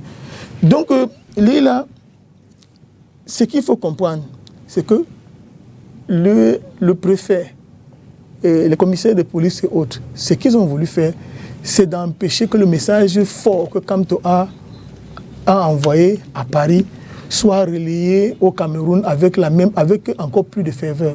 Parce que ce qu'il faut dire, c'est que moi j'ai entendu beaucoup de citoyens dire, c'est que ils vont montrer à la diaspora que la diaspora ne peut pas leur manquer de respect. Et qu'ils allaient donc accueillir de manière triomphale le professeur Maurice Kamto. Et qui mérite d'être accueilli de manière triomphale au Cameroun parce que la démonstration de force qu'il a faite. Il n'a pas donné le pain sardine à qui que ce soit. Il n'a pas donné 2 000 francs ou 4 000 francs à qui que ce soit. Contrairement au RDPC qui, à chaque fois qu'il y a un meeting, est obligé, et c'est au vu aussi de tous, distribuer des victuailles, distribuer de l'argent pour que les gens puissent venir. Il faudrait que... Monsieur Kelbé, vous avez eu le plus longtemps de parole. Il faudrait qu'on puisse... Voilà. Il faudrait qu'on puisse laisser les soins aux Camerounais de s'exprimer politiquement dans leur pays. Parce que... Sur le plan juridique, est-ce qu'un homme politique peut tenir une réunion au siège de son parti sans pour autant informer l'autorité administrative? Bien sûr. C'est une il n'est pas soumis au régime de déclaration dans son cas précis. Aucun régime de déclaration. Est-ce qu'on fait une réunion chez vous, dans votre maison, vous demandez l'autorisation à l'autorité? C'est une réunion privée des militants d'une formation politique. Donc, il n'y a pas, sur le plan juridique, rien n'interdit à M. Kamto de faire sa réunion. Donc, il faut comprendre une chose, c'est qu'en fait, il y a la fébrilité, une fébrilité profonde qui s'est installée dans le camp du pouvoir. Et en fait, comme Kelbé l'a dit tout à l'heure, ils reconnaissent que finalement, celui qui dirige le Cameroun de manière indirecte, c'est bel et bien Kamto, parce que quand il est là, ça dit que on lui impose des honneurs qu'il n'a même pas réclamés. Donc ça dit que il dit on lui impose des honneurs qu'il n'a pas réclamés. Je vais jouer à son jeu. On lui impose des honneurs qu'il n'a pas réclamés. La ville est militarisée. Il y a les barricades partout. C'est comme si c'est Paul Biya qui quittait de Toudji pour aller en Vomeka. On ne comprend pas. Et l'image de notre pays dans tout ça. Est-ce qu'on pense au Cameroun? Quel est le message qu'on envoie? Tous les jours, on dit que le Cameroun est une démocratie, que c'est un état de droit. Mais un état de droit dans lequel une liberté constitutionnelle, c'est-à-dire que la liberté d'aller et venir, est réprimée avec autant de sauvagerie, avec autant de manque d'élégance. Mais ils ont quand même le droit de parler. Mais il faut bien que les gens puissent se faire à l'idée qu'après 2025, ils apprendront à faire la politique dans l'opposition. Et que le comportement qu'ils affichent aujourd'hui, que cela peut leur être opposé demain. Il est temps que vous puissiez le comprendre. Et je vais vous expliquer, je vais vous dire une chose. Il faut bien comprendre qu'en 2025, il est constant que votre chef n'aura même pas le courage de pouvoir faire le meeting de 12 minutes qu'il a fait la dernière fois à Maroua. Oui. Il a fait un discours de 8 minutes, mais il était présent à Maroua pendant environ 12 minutes et il est parti. Donc je voulais vous dire en un mot comme en mille, faites-vous à l'idée qu'en 2025, le Cameroun sera dirigé par quelqu'un d'autre. Et vous aurez l'occasion de voir comment est-ce qu'on dirige un pays. Parce que vous, même les poubelles, même ne serait-ce que nettoyer les poubelles, vous en êtes incapable. Nous donner l'eau, nous donner l'électricité, nous donner des conditions élémentaires pour qu'on puisse vivre au Cameroun. Vous êtes incapable. Mais vous voulez le pouvoir pour le pouvoir. Le pouvoir sans aucune ambition nationale. Encore que votre président en 2018 n'a fait aucune promesse aux Camerounais. Il allait prendre un livre qui datait de 40 ans. On l'a réédité. On l'a réédité, que ce sont mais des Camerounais lui ont quand même accordé leur voix. Quel Camerounais? Non, en fait, permettez, je place un mot. Je voudrais simplement attirer l'attention de Maître sur ce qu'il dénonce aujourd'hui. En fait, l'opposition est aussi responsable de ce qui arrive. Parce que quand vous êtes dans un pays ou dans un environnement politique où les gens ne sont pas conséquents quand ils tiennent des propos. Je prends le cas quand l'honorable Cabral Libi a été expulsé de toute une région, je dis expulsé officiellement à travers une autre instruction du ministre de l'administration territoriale, quand l'honorable Cabral Libi était incapable de faire ça. C'était le gouverneur, gouverneur. Il a dit, le gouverneur président dans sa note que c'est le ministre de l'administration territoriale qui a donné les instructions. Donc c'était le gouverneur relayait une instruction de l'administration, du ministre de l'administration territoriale. Quand l'honorable Cabral Libi avait été empêché de faire sa tournée parlementaire, je voudrais rappeler à Maître que son confrère a fait toute une publication sur Maître Sikati pour dire qu'en fait, le régime est en train d'entretenir son pion pour donner l'impression que lui aussi, il est opprimé. C'est-à-dire que Maître Sikati l'a écrit sur Facebook. Je vous dis une chose.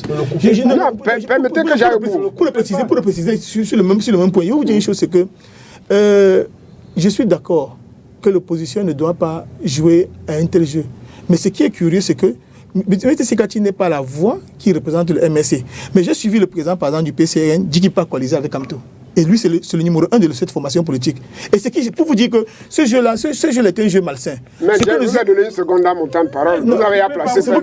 Allez-y. En fait, ce que je voudrais préciser, c'est que... Vous, je ne vous ai pas coupé. Ce que je voudrais préciser, c'est que on ne peut pas, quand c'est l'autre, on tient un discours. quand c'est nous, le discours a complètement changé. Les autres ne doivent rien dire. Non, vraiment, c'est les autres le problème. Nous, on est la cible principale. Je veux dire que le pouvoir se comporte en fonction de l'éducation de masse.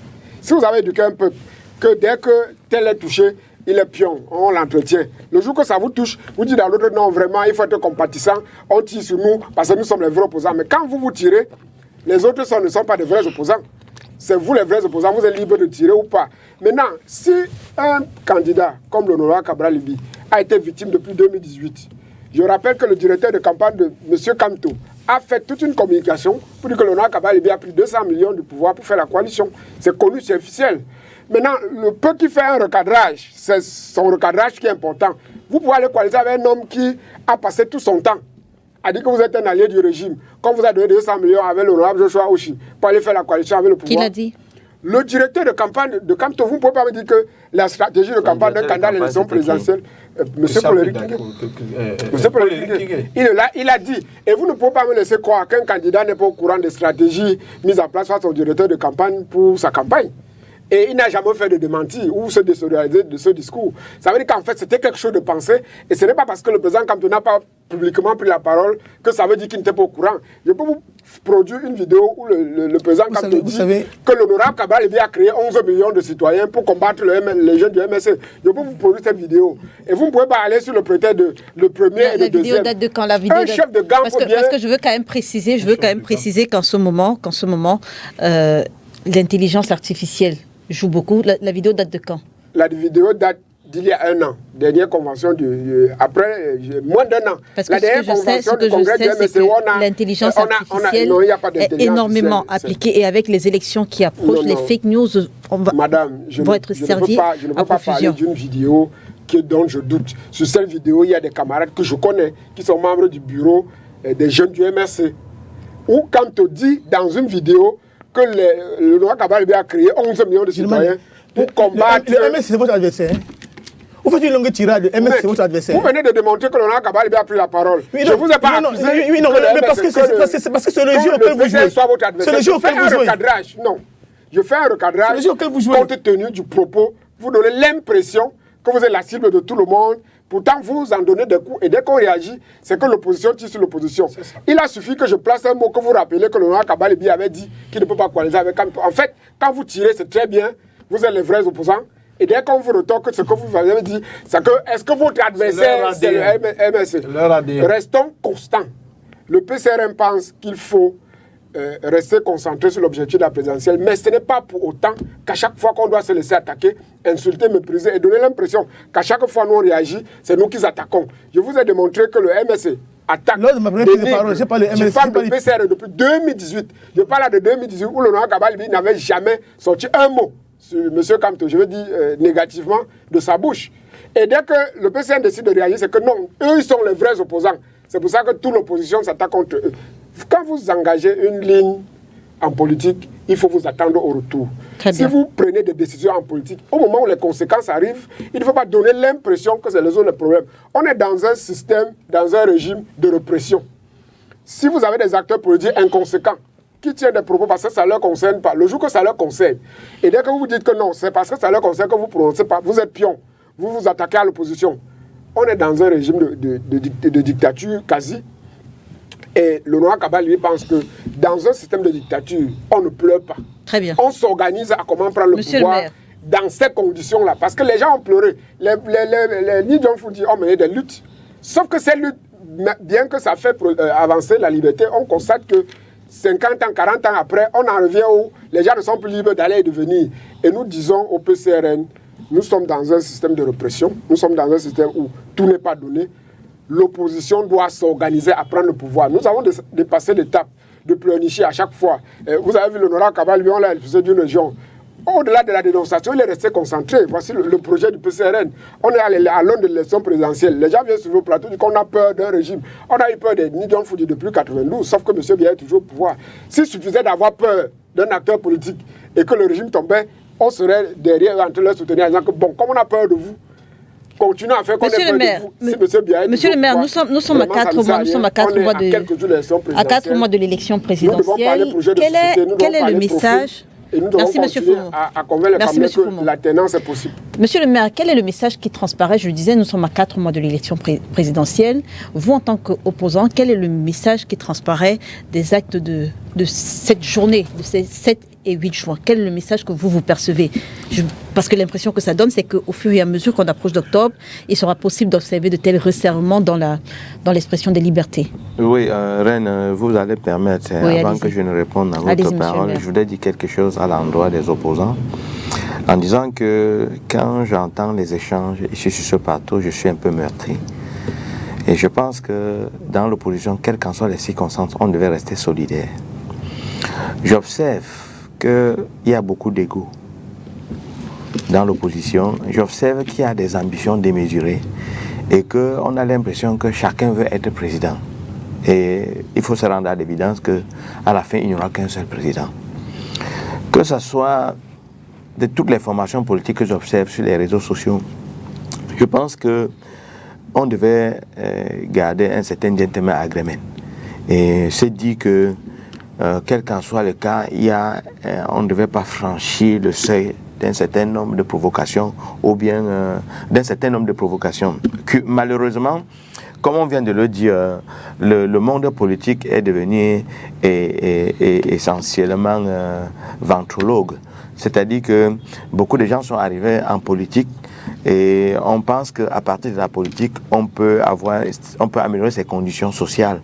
Donc du coup, quand on voit les gens bagarrer, à un moment donné, ceux qui sont derrière en retrait, comme le peuple regarde, ils se demandent exactement si c'est ce combat que vous menez, c'est pour eux, ou bien c'est pour vous que vous menez ce combat. Parce que c'est la question essentielle que les populations, ou que même moi-même en tant que politicien, je me pose quand j'observe les leaders, la plupart des temps, s'invectiver, ou bien essayer un peu de rabaisser l'un par rapport à l'autre. Moi, je trouve que en réalité, ça ne construit pas l'opposition. Et ça ne permet pas aux citoyens lambda d'avoir une certaine confiance à l'opposition. Parce que jusqu'à présent, les gens sont un peu dubitatifs. Les gens se demandent exactement quelle est exactement la stratégie que l'opposition veut adopter pour qu'il y ait cette alternance. Il faut reconnaître que le peuple a soif d'un changement parce que la misère, elle est ambiante, les frustrations, elles sont là, mais à un moment donné, on se demande exactement à qui est-ce qu'on doit faire confiance dans ces circonstances? Parce que ça, il faut le dire, je le pose cette question comme un citoyen.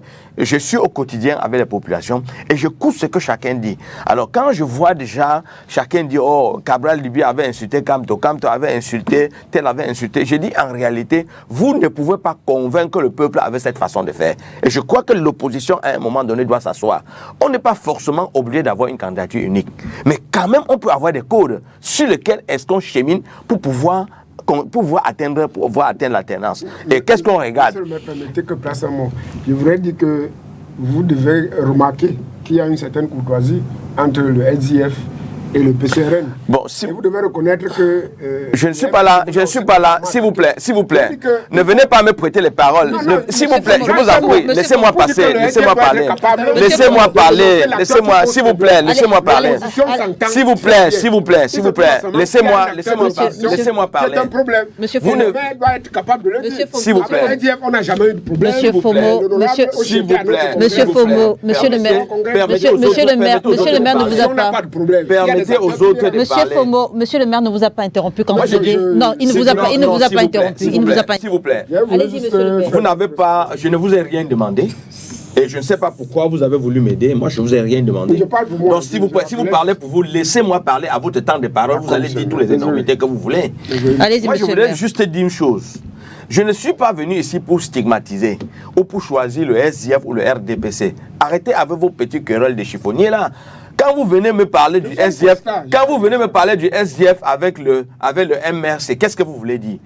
Vous pensez que le SDF et le MRC peuvent, et le PSN peut à eux tout seuls battre M. Mbia? Vous êtes trompé.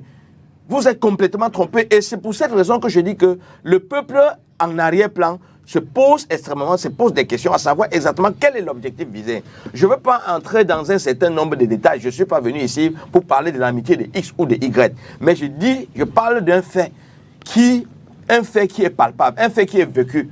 Et que le citoyen lambda se pose la question de savoir exactement quelle est le type d'opposition qui doit faire face à M. Mbia. Mais s'il vous plaît, monsieur, laissez-moi parler. Laissez-moi parler. C'est pas votre problème. Monsieur Fomo. C'est quoi le problème? Allez-y, monsieur le maire. Mais vous avez la diarrhée verbale? C'est grossier particulièrement. S'il vous plaît. Non, je veux dire, en réalité, c'est vous qui me poussez dans mes derniers retranchements. Laissez-moi au moins ça, parce que... Allez-y, monsieur Je voulais donc dire une chose. Oui. Quand vous parlez de l'opposition... On va sortir de ce sujet, oui. Quand vous parlez de l'opposition, ce qui est certain est que le peuple a déjà tourné le dos à M. Biya, à ce régime. Quelles qu'en soient les circonstances, le peuple a tourné le dos. Mais aujourd'hui, les gens je rappelle quand même qu'en 2018, c'est le président de la République que le Conseil constitutionnel a déclaré vainqueur. Allez dire ça à ceux qui ne sont pas camerounais. Il n'y a jamais eu des élections remportées à la régulière au Cameroun par le RDPC, en particulièrement l'élection présidentielle. Ah bon? Jamais de la vie. Ah bon? Je dis jamais de la vie. Allez loin avec ça. Bon, maintenant, pour répondre à votre question. 25 minutes. Pour répondre à votre question. Je rappelle juste que le Conseil constitutionnel... Pour répondre succinctement à votre question. Quand vous voyez ces ajustements, c'est une fébrilité. Parce que le pouvoir a conscience qu'ils vont perdre. Et ils se disent, à un moment donné, qu'on ne sait pas quel est le type d'étincelle qui peut mettre le feu aux poudres.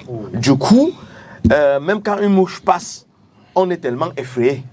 C'est la raison. Parce que sinon, le fait de placer les policiers partout dans la ville, parce qu'un individu, parce qu'un citoyen camerounais rentre d'un voyage, vous placez des policiers parce qu'en réalité, vous voulez en faire ombrage à sa popularité. Ça ne vous aide pas. Ça n'aide pas le régime en place. Non, permettez que je voulais dire quelque chose à l'endroit à mon frère Henri en disant, quand vous parlez de la diaspora, moi, c'est pour ça en réalité que vous échouez tout, même dans vos projets, vous échouez, parce que vous ne voyez pas la stratégie.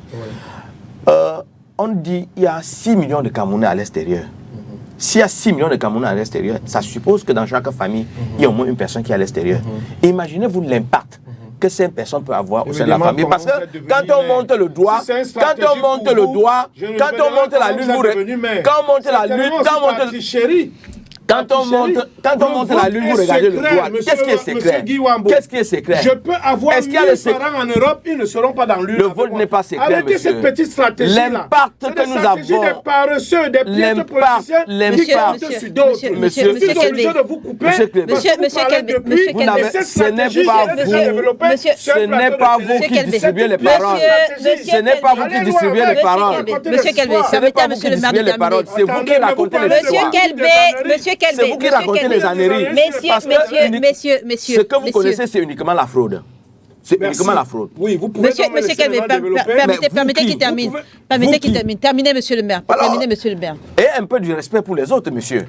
Allez-y. Ah bon, décidément, vous enflammez Terminez, monsieur le maire. Vous enflammez le plateau avec tout le monde. Monsieur Kelbé,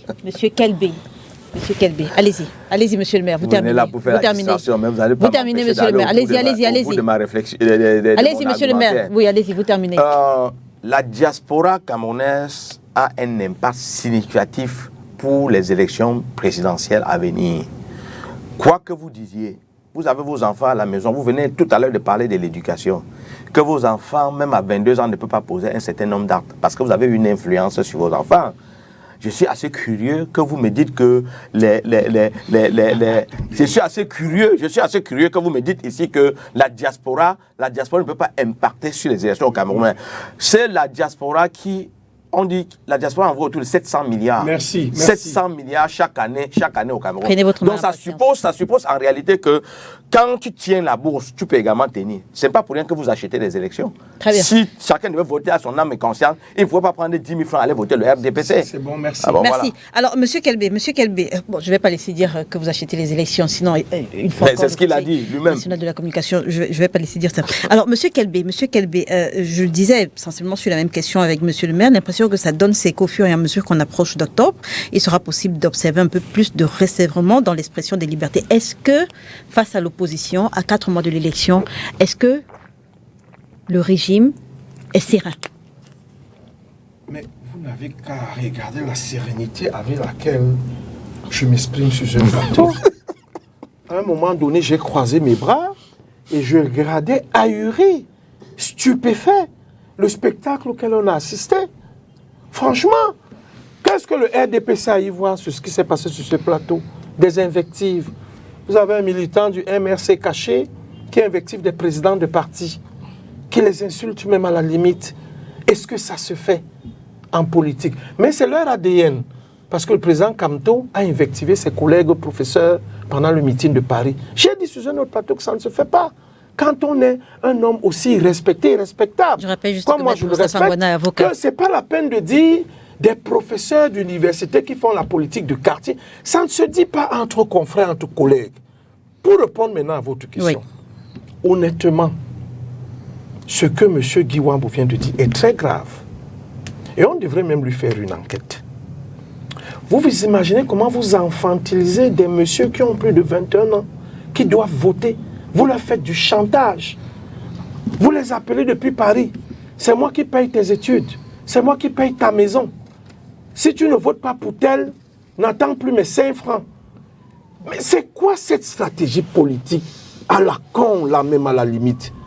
Vous avez votre maman qui a 68 ans, 75 ans. Elle a un droit de vote. Vous lui envoyez des suppléments alimentaires et puis et tout, au risque de corrompre son choix à elle, sa conscience. Vous lui dites, monsieur, laissez-moi parler. Laissez-moi parler. Vous voyez comment vous n'êtes pas pour corrompre. Laissez-moi parler. Je vous ai écouté pendant 25 minutes. Monsieur le maire. Faites les enquêtes, monsieur le commissaire. Ce que je viens de dire, monsieur le maire. Je n'ai pas insulté, je dis que une minute, monsieur Kelbé. Monsieur le maire, une minute. Le ministre DGSN l'a dit, et il y a la police des policiers au Cameroun. Ce que je veux dire, vous voulez infantiliser vos parents parce que vous avez fait un meeting baveux de 100 000. Moi, je vous donne 100 000. La police française a dit 78 000 à ce meeting. Moi, j'ai dit 100 000. Mais de ces 100 000, vous n'avez pas 2 000 électeurs. Et si vous avez même 2 000 électeurs... La question que je posais, c'est sur la sérénité. Monsieur le maire, moi, je suis serein. Monsieur le maire, permettez... Vous êtes allé tout droit pendant 25 minutes. Ah ben non. Monsieur le maire, ne faites pas ce que monsieur Kelbé vous a fait tout à l'heure. Donc, monsieur Kelbé, vous avez la parole. Allez-y. Voilà. Merci, madame Lila, merci. Et puis, en fait, ce que je veux dire, nous, au RDPC, ça, je vous l'assure, je vous le dis, moi, Serge-Henri Kelbé, je suis porteur d'un projet dans le Vouri qui vise à permettre aux candidats du RDPC d'avoir entre 15 000 et 20 000 électeurs. Je rappelle juste qu'en 2018, le candidat du RDPC... Non, je rappelle juste qu'en 2018, le candidat du RDPC a été battu dans la région du Littoral. Oui, et même dans le Fondé. Mais est-ce que le Cameroun, c'est seulement à Paris? Non, je dis dans la région. Je ne parle pas dans le département, je dis dans la région du Littoral. Mais c'est ce que je disais. Que il y a 8 millions, un peu plus de 8 millions 322 000 électeurs actuellement inscrits dans la diaspora et au Cameroun. Mais je pense que la diaspora, c'est environ 26 000. Vous comprenez? Toute la diaspora. Maître Gouana ne voulait pas que je précise. Toute la diaspora, Canada, Europe, Asie, ainsi de suite. 28 000 inscrits. Je dis donc que vous pouvez perdre à Bafoussam 1er, à Bafoussam, disons, dans tout l'Ouest. Mais vous avez les voix ailleurs. Nous avons 10 régions. Et nous sommes à une élection présidentielle. Et je peux vous dire à quel point nous sommes tranquilles. Parce que depuis le lendemain de l'élection de 2018, nous avons compris comment ça a été difficile de garder, ça a été dur pour nous de perdre dans certaines circonscriptions comme le Vouri, le Fundi. Et nous nous sommes mis au travail. Moi particulièrement, je suis militaire à Douala 1er et je travaille depuis dans le Vouri pour que le candidat du RDPC passe à cette élection présidentielle. Je dis que mon équipe et moi, nous tablons sur 15 000 à 25 000 électeurs. Nous savons où les trouver, nous avons notre stratégie, notre méthodologie pour reprendre le Vouri. Nous sommes en train de travailler. Et nous n'empêchons pas aux gens de l'opposition ou alors aux dirigeants de l'opposition de se réunir. Vous avez parlé tout à l'heure du club de Douala. C'est le club de Douala ou le groupe de Douala qui se réunit pour... Et vous pouvez imaginer que le RDPC est sur la fissure. J'anticipe, hein, parce qu'on a fait peut-être un bon... Eux tous, oui, on va sortir de ce sujet avec thématique. On va sortir de ce sujet avec Maître Ngouana. Il s'agissait de voir comment est-ce que l'opposition elle-même se flagelle, se fissure, elle-même, je dis bien.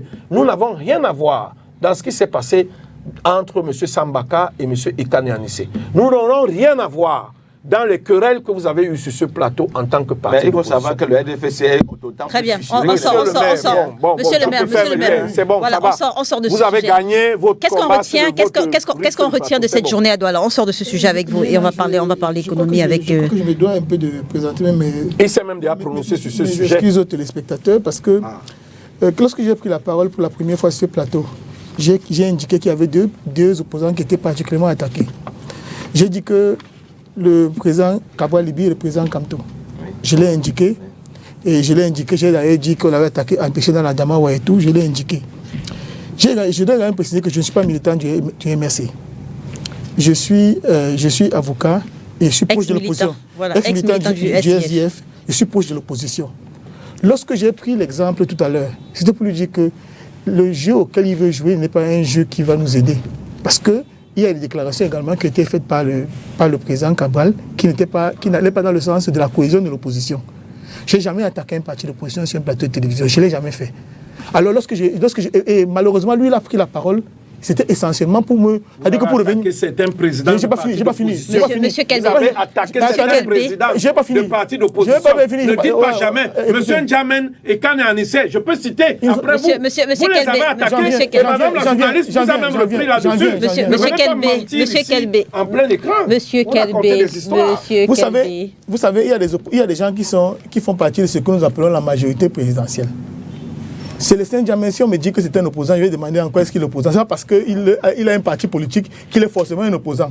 Il faut qu'on arrête un peu. C'est pour ça qu'il défend Célestin N'Djamène et l'autre. Oui, monsieur Banda Kani, par exemple, Banda Kani fait partie du G20. Il a abordé la tunique du RDP en 2018. Attendons de voir, peut-être qu'en 2025, il va... Il y a quelques jours, il a dit que c'est un message. Il a reçu l'appel de Dieu pour soutenir Paul Biya. Il a dit il y a quelques jours. Vous n'avez pas suivi la vidéo. Donc, pour vous dire que je n'ai jamais attaqué, parce que je considère que le PCN est un parti sérieux dans le cadre dans l'opposition. J'ai dit que le président Cabral a été attaqué et je n'ai jamais lésiné quand il fallait le défendre face à Kona et face aux autres.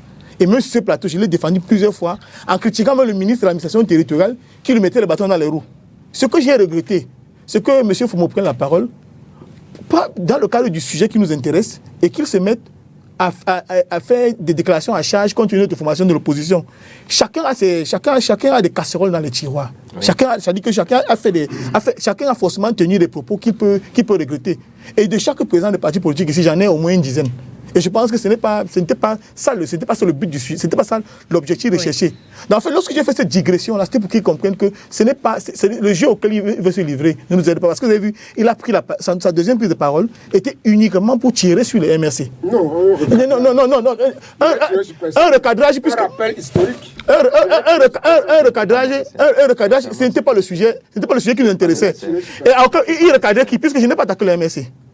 Je n'ai pas attaqué le PCRN. Non, vous avez accusé mon président d'avoir taxé ou refusé de travailler avec quelqu'un. Je n'ai pas dit ce plateau. Vous avez regretté. Si, vous avez regretté. Allez-y, maître, on doit sortir de ce sujet. C'est pendant que vous parlez. C'est pendant que vous avez la parole que je l'ai dit. C'est pendant que vous avez la parole. On doit sortir du sujet. On sort du sujet. On sort du sujet. Voilà, rapidement. Ce que je dis, c'est que ce qu'il faut retenir de mon point de vue, c'est que le gouvernement, par son action, nous parle. Il nous parle, et ce sont des indicateurs importants, sur la fébrilité qui s'est emparée du système. Parce que je crois que nous sommes des acteurs suffisamment avertis pour constater que ce serait quand même la première fois dans l'histoire politique de notre pays où quelqu'un, après avoir fait un meeting hors du Cameroun, un meeting qu'on prétend n'avoir eu aucun impact, il décide d'organiser une réunion au siège de son parti. C'est-à-dire qu'on resserre la liberté d'aller et de venir pendant 2 jours. Pendant 2 jours dans la capitale économique. Je pense que c'est un message qui nous est envoyé. Nous qui soutenons l'opposition, pour qu'on comprenne que plus que par le passé, nous avons la possibilité de travailler pour que le régime puisse être balayé et que nous devons donc resserrer les rangs de l'opposition et travailler dans un sens qui va nous permettre de donner de l'espoir aux populations camerounaises qui malheureusement sont complètement engluées dans un désespoir inexplicable et qu'un pays comme le Cameroun ne mérite pas. Merci Maître. Vous avez la parole, vous gardez la parole. Jeune Afrique confirme que le Fonds britannique d'investissement Actis a accepté l'offre du Cameroun, 78 milliards de francs CFA pour céder ses 51% dans Eneo. Bonne nouvelle, Maître, pour vous? Je suis Camerounais, je pense que c'est une bonne nouvelle. D'accord. Je pense parce que de mon point de vue, on n'aurait jamais dû céder la Sonel. Parce que dans des différentes entreprises qui sont dans le cadre de la production de l'énergie, en fait de la distribution d'énergie électrique, je crois que la plus facile à gérer de mon point de vue, c'est bien Eneo. Si on m'avait dit qu'on avait privatisé la production, parce que la production est ce qui demande de mon point de vue beaucoup plus d'argent, j'aurais même pu me l'expliquer. On ne peut pas produire l'électricité et on remet la production à des étrangers et qui malheureusement n'arrivent pas à nous donner de l'énergie électrique. Je suis un citoyen camerounais, donc ce n'est pas l'opposition pour le plaisir de faire de l'opposition. J'estime que c'est une très bonne décision. C'est une entreprise de souveraineté. Et je crois que si par les Saoudiens on doit même privatiser, on doit s'arranger à ce que ce soit des fonds locaux, que ce soit des Camerounais qui acquièrent une entreprise comme celle-là. On peut pas. Vous imaginez un peu que des étrangers, par exemple, qui contrôlent la société Eneo, décident par exemple dans une entreprise de sabotage. Ils peuvent mettre tout le Cameroun en difficulté. Donc je pense que cette décision qui a été prise par le ministre des Finances est, de mon point de vue, une décision salutaire. Et il faut avoir l'honnêteté de reconnaître que c'est une très bonne décision. Il y a par exemple des entreprises comme Camtel, par exemple. Je suis de ceux qui pensent que c'est une bonne chose, par exemple, que jusqu'aujourd'hui, le Cameroun n'est pas privatisé Camtel. Parce qu'il y a quand même des entreprises qui ont une importance stratégique. Est-ce que vous trouvez normal, par exemple, que l'eau potable qu'on consomme au Cameroun, que ce soit les étrangers qui contrôlent l'entreprise qui distribue l'eau? Je dis non. Donc si le ministre des Finances a pris la décision souveraine, parce que c'est une décision de mon point de vue de souveraineté, de permettre à la République du Cameroun de désormais contrôler son électricité pour qu'on ne soit pas tout le temps à vouloir accuser les étrangers, je pense que c'est une très bonne chose parce que Actis, Eneo et tous les autres se sont fait beaucoup d'argent au Cameroun alors qu'ils n'ont pas investi. Ils n'ont pas investi, ça dit que c'est une bonne décision de mon point de vue, mais il faudrait tout simplement qu'elle soit accompagnée par des mesures de gestion efficaces. Très bien. Une question superficielle, M. Fomou, nous entrons bientôt en campagne électorale. J'imagine que cette opération constituera un atout électoral pour le président Paul Biya, démontrant sa capacité à reprendre le contrôle des secteurs stratégiques. Oui, le PCRN pense qu'il y a des sociétés qu'on ne doit pas privatiser. Et Eneo, notamment la gestion de l'électricité, en fait partie. Mais rentrons dans le contexte camerounais pour se demander pourquoi le ministre, pourquoi le gouvernement décide de le prendre. Vous vous souvenez, il y a quelques mois qu'il y a eu des remous où Eneo estimait qu'il y a des factures impayées qui l'empêchent de fonctionner, qui a essayé un chantage. Je dis donc que l'État a estimé qu'on lui faisait du chantage et a menacé son partenaire que, ok, comme tu fais du chantage, on reprend. Les Camerounais auraient aimé que l'objectif soit l'efficacité. C'est-à-dire qu'un gouvernement, un État, a estimé que le partenariat qui le lie à un expatrié ne produit pas des résultats attendus et décide donc de reprendre pour que les Camerounais puissent bénéficier efficacement de l'investissement que l'État fait. Le problème ici, c'est que ce n'est pas ça le prétexte. C'est-à-dire le prétexte, c'est qu'on a un partenaire étranger qui estime qu'on est dans un système où rien n'est respecté, où dans la gestion, quelqu'un peut se donner la liberté de ne pas payer une facture parce qu'il est le représentant de l'État. Et donc, les gens estiment que, ok, comme tu veux nous faire du chantage, tu ne veux pas nous laisser gérer notre pays dans le désordre comme nous voulons, on te reprend. Et c'est ça qui pose problème, en tout cas de mon point de vue. C'est-à-dire que l'objectif, au fond, n'est pas que l'État veut gérer efficacement une structure.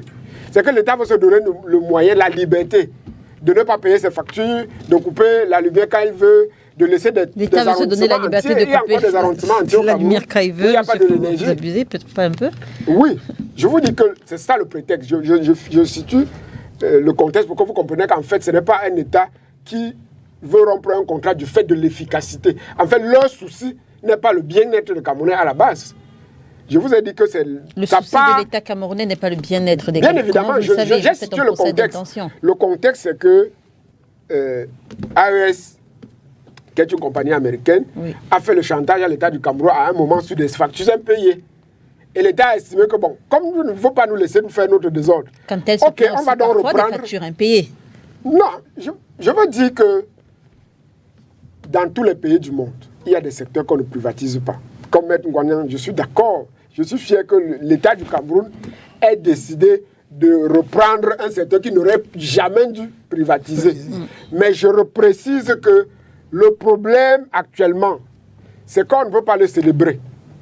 Parce qu'on voit d'où vient le problème. C'est qu'on a un partenaire qui exige que les normes de gestion soient respectées. C'est que si tu prends une facture, si l'État du Cameroun a consommé, l'État du Cameroun doit payer. Je précise également que l'une des conditions posées par Actis pour que cet accord soit finalisé, c'est que toutes les dettes soient payées. Bien évidemment, c'est le minimum. Vous ne pouvez pas me dire que je paie un marché et puis je dois vous laisser avec mon argent. C'est que vous avez décidé de reprendre votre chose. Je dis, OK, réglez toutes mes dettes. D'accord. Je situe le contexte pour dire que, actuellement, bien que la décision soit bonne, elle n'est pas dans l'intérêt des Camerounais. Parce que le but est de se séparer d'un partenaire qui exige un fonctionnement normal de structure. En fait, ce que vous voulez dire, c'est qu'elle n'est pas elle ne rentre pas dans le registre du bien-être des Camerounais. Des Camerounais, parce qu'un État mais elle est dans l'intérêt des Camerounais ou pas? De gérer une structure comme il veut. C'est-à-dire qu'il ne respecte aucun norme de gestion optimale. Je l'ai rappelé tout à l'heure et je le dis encore que Camtel également parfois réclame de l'argent à l'État du Cameroun pour sauf que le Camtel n'est pas dans la même situation que nous. Alors, monsieur le maire, si le but de l'État du Cameroun est de rendre... Si le but de l'État du Cameroun est de rendre Eneo plus efficace, ce serait une bonne chose. C'est une bonne chose que l'État du Cameroun contrôle ces secteurs stratégiques. Mais j'ai toute l'impression, compte tenu du contexte de départ, que ce n'est pas ça l'objectif. Monsieur le maire, comment est-ce que vous accueillez cette décision? Je voulais dire que, Reine, il faut savoir que le problème des néo est extrêmement complexe. Parce que quand les gens parlent des néo, on regarde seulement celui qui est marchand, celui qui vend l'énergie qui est produite. Parce que Eneo a le producteur, Eneo a le transporteur, et Eneo également a celui qui commercialise. Eneo, enfin, je vais dire la structure énergétique au Cameroun. Il y a le producteur, il y a le transporteur et il y a le distributeur qui est Eneo. Et quand les gens regardent, la plupart des temps, on se dit toujours que non, c'est Eneo qui est le problème. Il faut déjà dire que dans le cadre de l'exploitation de Eneo est déficitaire. Dans le cadre de l'exploitation. Je vais prendre un seul exemple. Quand vous regardez par exemple le barrage de Nachigal qui devait entrer en service en 2024, dans le cadre des accords, Eneo devait payer 10 milliards par mois au gestionnaire de ce barrage. 10 milliards par mois, que l'énergie soit consommée ou pas. Or, ce qui se passe aujourd'hui, c'est que quoi? C'est que dans le cadre du transport, les pertes au Cameroun aujourd'hui se situent autour de 24%. Se situent autour de 24%. Ce qui fait que dans le cadre du taux de rentabilité, ça pose problème. Vous savez également aussi qu'il y a comment vous appelez ça, des centrales à gaz et des centrales thermiques. Le coût d'exploitation de ces centrales thermiques sont extrêmement élevés. Et quand c'est élevé, qu'est-ce que l'État fait? L'État cherche à trouver une compensation dans le cadre de la commercialisation. C'est-à-dire que si le coût est produit à 200 francs, on dit non, ok, on ne peut pas vendre cette énergie à 200 francs parce que les Camerounais ne vont pas payer. L'État également dit, vous allez vendre ça peut-être à 100 francs. Et dans ce cas, l'État doit prendre en charge le coût. Et ce coût doit être compensé. Moi, je voudrais dire ici qu'il y a un ensemble de compensations même qui se fait entre, que ce soit Eneo, l'État et autres. Et du coup, on se rend à l'évidence que il y a un risque énorme aujourd'hui que Eneo arrive en état de cessation de paiement. arrive en état de cessation de paiement. Pourquoi? Parce qu'il faut dire ici que l'État Eneo lui-même doit près de 700 milliards de francs, 700 milliards de francs CFA à ses fournisseurs. 700 milliards de francs CFA à ses fournisseurs. Et du coup, avec cette situation, Eneo ne parvient plus à lever sur le marché les financements, l'argent pour financer son développement. D'ailleurs, le FMI a accordé 180 milliards de francs à Eneo dans le cadre de renforcer cette capacité, mais a conditionné ça par le rendement sur les résultats. Et jusqu'aujourd'hui, ce décaissement n'a pas eu lieu. Pourquoi? Parce qu'il n'y a pas de rendement sur les résultats. Au final, ce que je voulais donc dire, c'est quoi? C'est que, en réalité, il y a même un risque énorme. Et il se dit même dans le cadre de cette analyse qu'il est possible que même il y ait plus de risques que l'État reprenne Eneo. Qu'il y ait plus de risques que l'État reprenne Eneo. Donc du coup, tu vois, je suis un peu dubitatif. C'est un certain névralgique, c'est un certain souveraineté. Mais le problème qui va se poser, c'est dans le cadre de la gestion. Parce qu'il faut reconnaître aussi que l'État, même comme l'État conteste la dette, l'État doit à Eneo près de 400 milliards de francs CFA. Eneo, l'État, je veux dire État et collectivités territoriales, les entreprises parapubliques et autres, doivent près de 400 milliards de francs CFA. Donc du coup, cette somme d'argent qui n'est pas payée assez régulièrement ne permet pas à la trésorerie de Eneo de pouvoir, ne permet pas à Eneo d'avoir une bonne trésorerie. D'ailleurs, Eneo a fini l'année 2024 avec une trésorerie négative de presque 113 milliards de francs CFA. Et le service de la dette de Eneo est également très important. Le service de la dette de Eneo, par mois, c'est 18 milliards. Le service de la dette de Eneo, c'est 18 milliards. Donc, cette situation fait donc que Eneo ne parvient plus à tenir les Très bien. Monsieur Kelbé, déficience dans la fourniture de l'électricité, détérioration du service client, manque d'investissement structurel. Pensez-vous qu'on sortira enfin de l'auberge avec cette décision, l'État du Cameroun qui rachète Eneo, qui rachète les parts d'Eneo? Excusez-moi, c'est que en fait j'ai suivi tellement de choses sur ce plateau. C'est vrai, c'est mon tort, c'est ma faute. J'ai pas noté, j'ai pas eu le temps de noter. Je pensais que j'allais tout retenir, mais c'est très grave si les téléspectateurs retiennent ce qui a été dit par certains panélistes ici. Il faut déjà comprendre que quand AESCOP à Arlington arrive prendre les actions de Sonel en 2001, c'est sous la pression des institutions de Bretton Woods, oui. La Banque mondiale, le FMI, et puis tout ça, en 2001. Alors, à un moment donné, les Américains de AESCOP estiment qu'ils ne font plus bonne affaire. On lance un appel d'offres en 2014, 2013 même, qui aboutit en 2014 avec l'arrivée de Actis.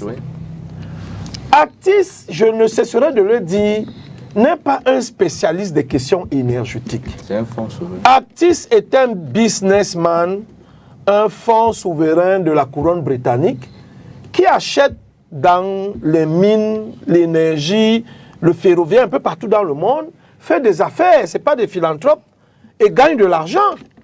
Donc Actis a récupéré, je crois, 54 parts, 51 parts de AESCOP. Quand il récupère la concession. La concession de AES était fixée à 1000 mégawatts. Donc, 1000 mégawatts dans la production. Donc, Actis récupère le barrage de Son Loulou, 384 mégawatts. Il récupère EDEA, 275 mégawatts, je pense. L'ACDO, 85 mégawatts. Et encore quelques centrales de production thermique pour plafonner à 1000 mégawatts. Donc, pour beaucoup de Camerounais, il faut qu'ils sachent que Eneo produisait de l'électricité. Mais ce n'est pas le rôle d'Eneo de construire des barrages. C'est EDC. Alors, quand Eneo produit de l'électricité, Eneo s'occupait du transport avant la création de la Sonatel. Tout à fait. Eneo distribuait. Donc, quand nous avons commencé à actionner des déviés, moi y compris, nous avons écrit, nous avons fait des lobbying Pourquoi on enlève à Eneo le transport? Parce qu'on voulait un spécialiste du transport plus efficient qui pouvait optimiser le peu d'énergie qu'on produit, le peu. Parce qu'il faut dire que nous avons moins de 2000 MW sur un petit réseau. C'est aussi l'occasion ici de rappeler que Actis n'était pas le meilleur réacheteur des parts de AES quand il partait. Il y avait Hydro-Québec, qui est un spécialiste, un giga spécialiste de l'électricité mondiale. Hydro-Québec produit l'électricité dans tout le Canada. Il vend jusqu'aux États-Unis, dans le Kentucky, dans le Nebraska, un peu partout. Et il a un réseau 40 à 60 fois plus vaste que celui qui est au Cameroun. Il y a certainement des aspects qui ont joué en défaveur d'Hydro-Québec. Bon, les aspects que vous pouvez imaginer, c'est peut-être des garanties, je veux dire. Mais il aurait fallu qu'on ait un réacheteur, technicien, technocrate, quelqu'un qui maîtrise. Il y avait EDF qui voulait reprendre... Peut-être tes amis ne trouvaient pas leur compte dedans, c'est pour ça qu'ils n'ont pas... Ça, je n'étais pas là-bas. Il y avait EDF qui, pour moi, devait être aussi un moyen bon acheteur. Maintenant, Actis s'en va parce que rappelez-vous qu'on enlève le transport qui a un coût. On crée une société camerounaise 100% qui gère. Donc, depuis 2001, Actis se trouvait à l'étroit. Depuis 2021. 2021. Actis est à l'étroit. Actis veut partir. C'est de son propre gré qu'il veut partir. Mais il faut savoir qu'ils accusent le transporteur de surfacturer le transport. Non, l'État, c'est des conventions. Au lieu de 4 francs, Monsieur le maire, est censé, Monsieur le maire, 18 francs. Monsieur le maire, vous allez me faire... que c'est un coût supplémentaire. Vous allez me faire perdre le fil. Ce que je veux dire, c'est que nous avons des agences et des organes de régulation. Il y a un régulateur qui est le gendarme et l'arbitre de ce secteur comme l'ART dans les télécoms. Donc le régulateur veille à tout cela de manière à ce qu'il y ait une équité dans les accords signés dans les cahiers de charges. Arcel. Donc l'Arcel, bien sûr, l'agent de régulation secteur de l'électricité, quand Actis décide donc de partir, quand il se met à l'étroit, c'est vrai, la nouvelle société qui arrive prend l'actif et le passif. Vous ne pouvez pas avoir investi, parce que Actis dit dans ses manuels de communication que sur 10 ans, ils ont investi 400 milliards de francs CFA pour rénover les transformateurs, pour rénover les centrales hydroélectriques qui leur sont propres, aider à son Loulin Sud. Ils ont investi sur 10 ans 400 milliards. Moi, je pense que c'est une bonne affaire pour l'État du Cameroun.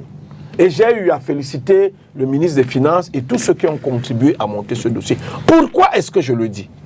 D'abord, la nouvelle société prend des équipements qui sont relativement neufs, bien portants. Si Actis, parce qu'il faut auditer, si Actis a vraiment investi les 400 milliards qu'ils ont dit sur 10 ans pour maintenir l'état des équipements de production et de distribution.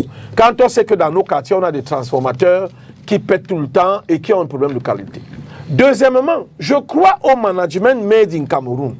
Nous avons des sociétés ici que je ne vais peut-être pas citer, mais permettez-moi d'en citer quand même deux. Je dirais CNPS par exemple. La CNPS, le port autonome, le port de Kribi, où on a des bons managers pour calmer certaines personnes qui pensent que le management Cameroun. Non, nous avons des bons gestionnaires. Et je pense que dans le secteur de l'électricité, nulle part au monde, même au Ghana, on a un bilan négatif.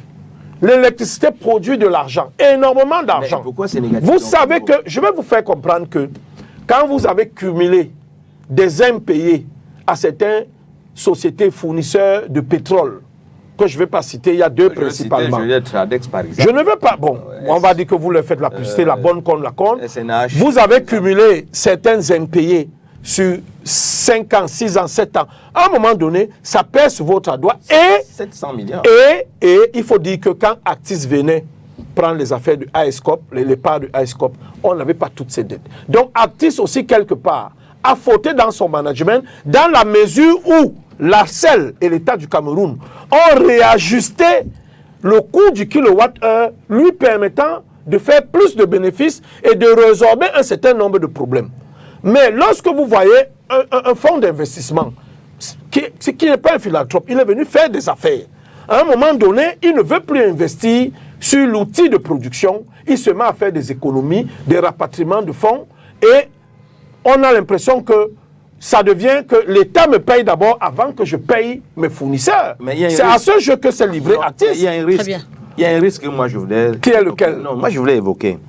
Vous savez en réalité que quand par exemple une société n'a pas de trésorerie, c'est extrêmement difficile de faire face à... Mais vous venez acheter les actions, attendez que je finisse. Je veux dire dans quel... Ça veut dire qu'Actis n'est pas venu avec l'argent. Non, pas ça, ils sont venus, je veux finir. Ils sont venus avec l'argent, ils ont brûlé peut-être tout l'argent. Vous n'avez pas Ils avaient également l'intention de lever des fonds sur vous le n'avez marché pas permis que j'aille au bout de Allez-y. peut-être de ce que je vais placer comme mot. Vous savez que l'État paye difficilement ses factures. Oui. Et quand on vous dit par exemple que la dette de l'État aussi autour de 400 milliards. Mais c'est quand même quelque chose d'assez significatif dans l'activité, dans le fonctionnement de l'activité. Je ne Maintenant pense pas que c'est 400 milliards. Si c'est 400 milliards, l'accord là ne sera pas signé dans 2 semaines. Mais moi je vous dis, il reste 2 semaines à l'État du Cameroun. Actis a donné son OK sur 1 mois. Et ils ont dit qu'au bout d'1 mois, la proposition devient caduque. Mais vous savez pourquoi la proposition... Vous savez pourquoi C'est une information erronée. Non, vous savez... Non, c'est pas erroné. Allez-y. En sortie d'ici, vous pouvez voir. Allez-y. Va trouver 400 milliards. Je peux vous apporter... Toujours est-il que pour que l'accord soit finalisé, il faut effectivement que la douane soit réglée. Je vais vous apporter quelques éléments de réponse. En disant qu'il y a un phénomène de compensation qui peut faire que l'État, au bout du compte, ne décaisse pas beaucoup d'argent. Ça, c'est ce que je dois dire. Les deux se doivent de l'argent. C'est ce que je... C'est ce que je suis en train de dire. C'est ça qui parle en termes de compensation. Il y a un système de compensation, ce qui fait qu'à un moment donné, la dette, et d'ailleurs, il faut auditer, comme vous venez de le dire, il faut auditer la dette, parce que l'État a contesté officiellement la dette. Tout à fait. Il faut auditer ses dettes. Mais ce que je voulais dire ici, c'est que le risque, même au niveau du ministère de l'eau et de l'énergie, le risque de cette analyse est faite. Il y a un risque majeur que l'État reprenne. Si au niveau du management, il n'y a pas, la donne ne change pas, on ne peut en aucun cas, on peut courir même à la banqueroute avec la prise des... Dans un secteur aussi porteur, aussi rentable... C'est vous qui dites pourquoi on est... Je vous dis que j'invite le privé, le secteur privé, au lieu de construire des immeubles dans toute la ville de Douala, d'investir dans l'électricité. Ici, vous avez des petites communes, comme la commune de Bafang, sur le Honkam, vous pouvez faire un barrage, il vous faut juste une licence, même pas une concession.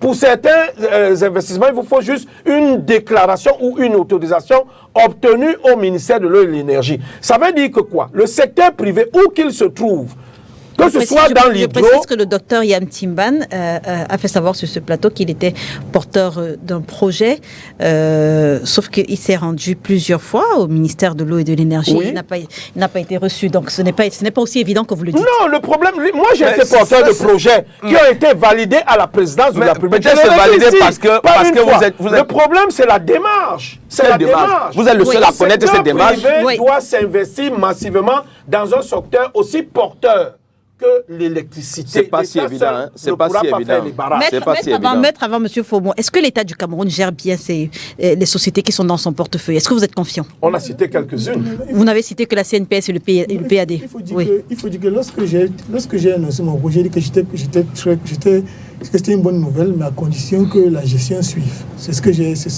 j'ai indiqué. Je le dis parce qu'il faut dire que de manière générale, on a au Cameroun une gestion gabégique.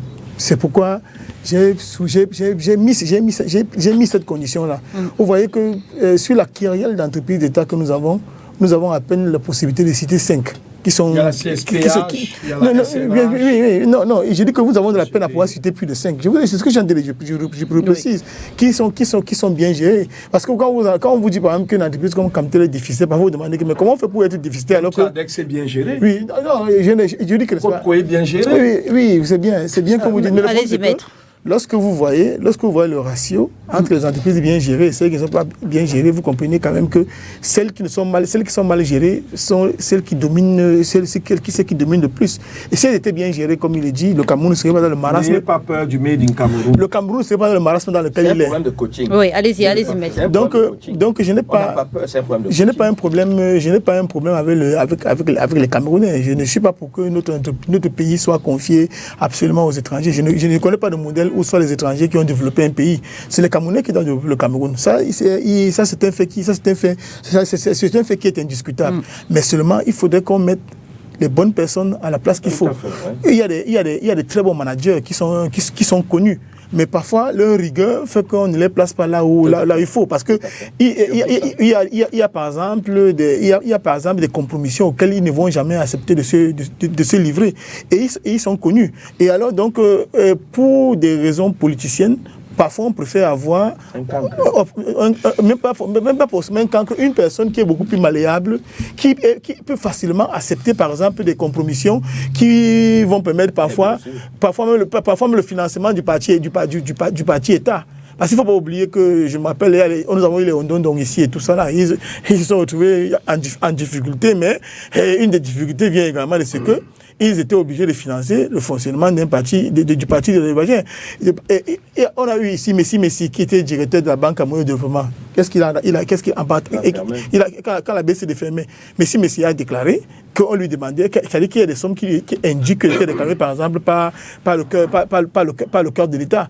Donc, c'est pas des paroles en l'air. Donc, le plus important aujourd'hui, c'est que nous ayons des bonnes personnes à la place qu'il faut. Donc, si effectivement l'État boucle l'opération de Néo, si l'opération d'Artis est bouclée, il faudrait qu'on mette à la tête de cette entreprise-là de véritables personnes qui ont conscience de l'intérêt général. Allez-y, M. Fomon. Non, en fait, je voudrais simplement regretter que le spécialiste donne l'impression que tout ce que nous avons dit, il n'y a rien à retenir, et puis alors qu'on attend qu'il démontre, il nous ressasse l'histoire de Néo avec AES et puis ce qui est connu de tous. Je veux simplement dire que la grosse crainte, c'est ce que Maître relève, c'est-à-dire qu'on est dans un pays où tout est mal géré.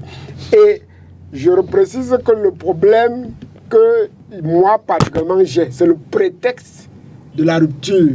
C'est-à-dire qu'on part d'un partenaire qui est en train de réclamer le paiement de ses factures. Si on revient pour dire que nationaliser suffit, est-ce que Sonatel, qui est une structure gérée par les Camerounais 100%, est-ce que le transport d'énergie au Cameroun fonctionne déjà bien pour qu'on en arrive au distributeur qui est Néo? Je veux dire que le problème du Cameroun, le problème actuellement avec cette rupture de contrat, c'est qu'on va se retrouver à mettre un Camerounais, à mettre même des Camerounais dans tout le système, sauf qu'on veut des gens à qui on va dire ne partez pas chez tel ministre réclamer la facture.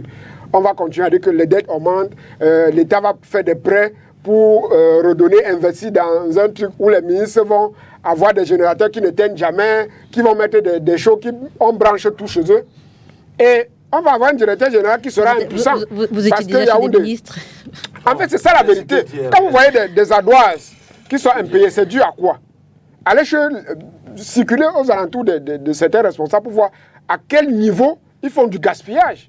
C'est-à-dire qu'en plein jour, vous allez voir que toute une maison est éclairée. Vous allez voir à quel niveau les gens gaspillent. Tout chez lui est branchable. Vous y avez été déjà? Oui.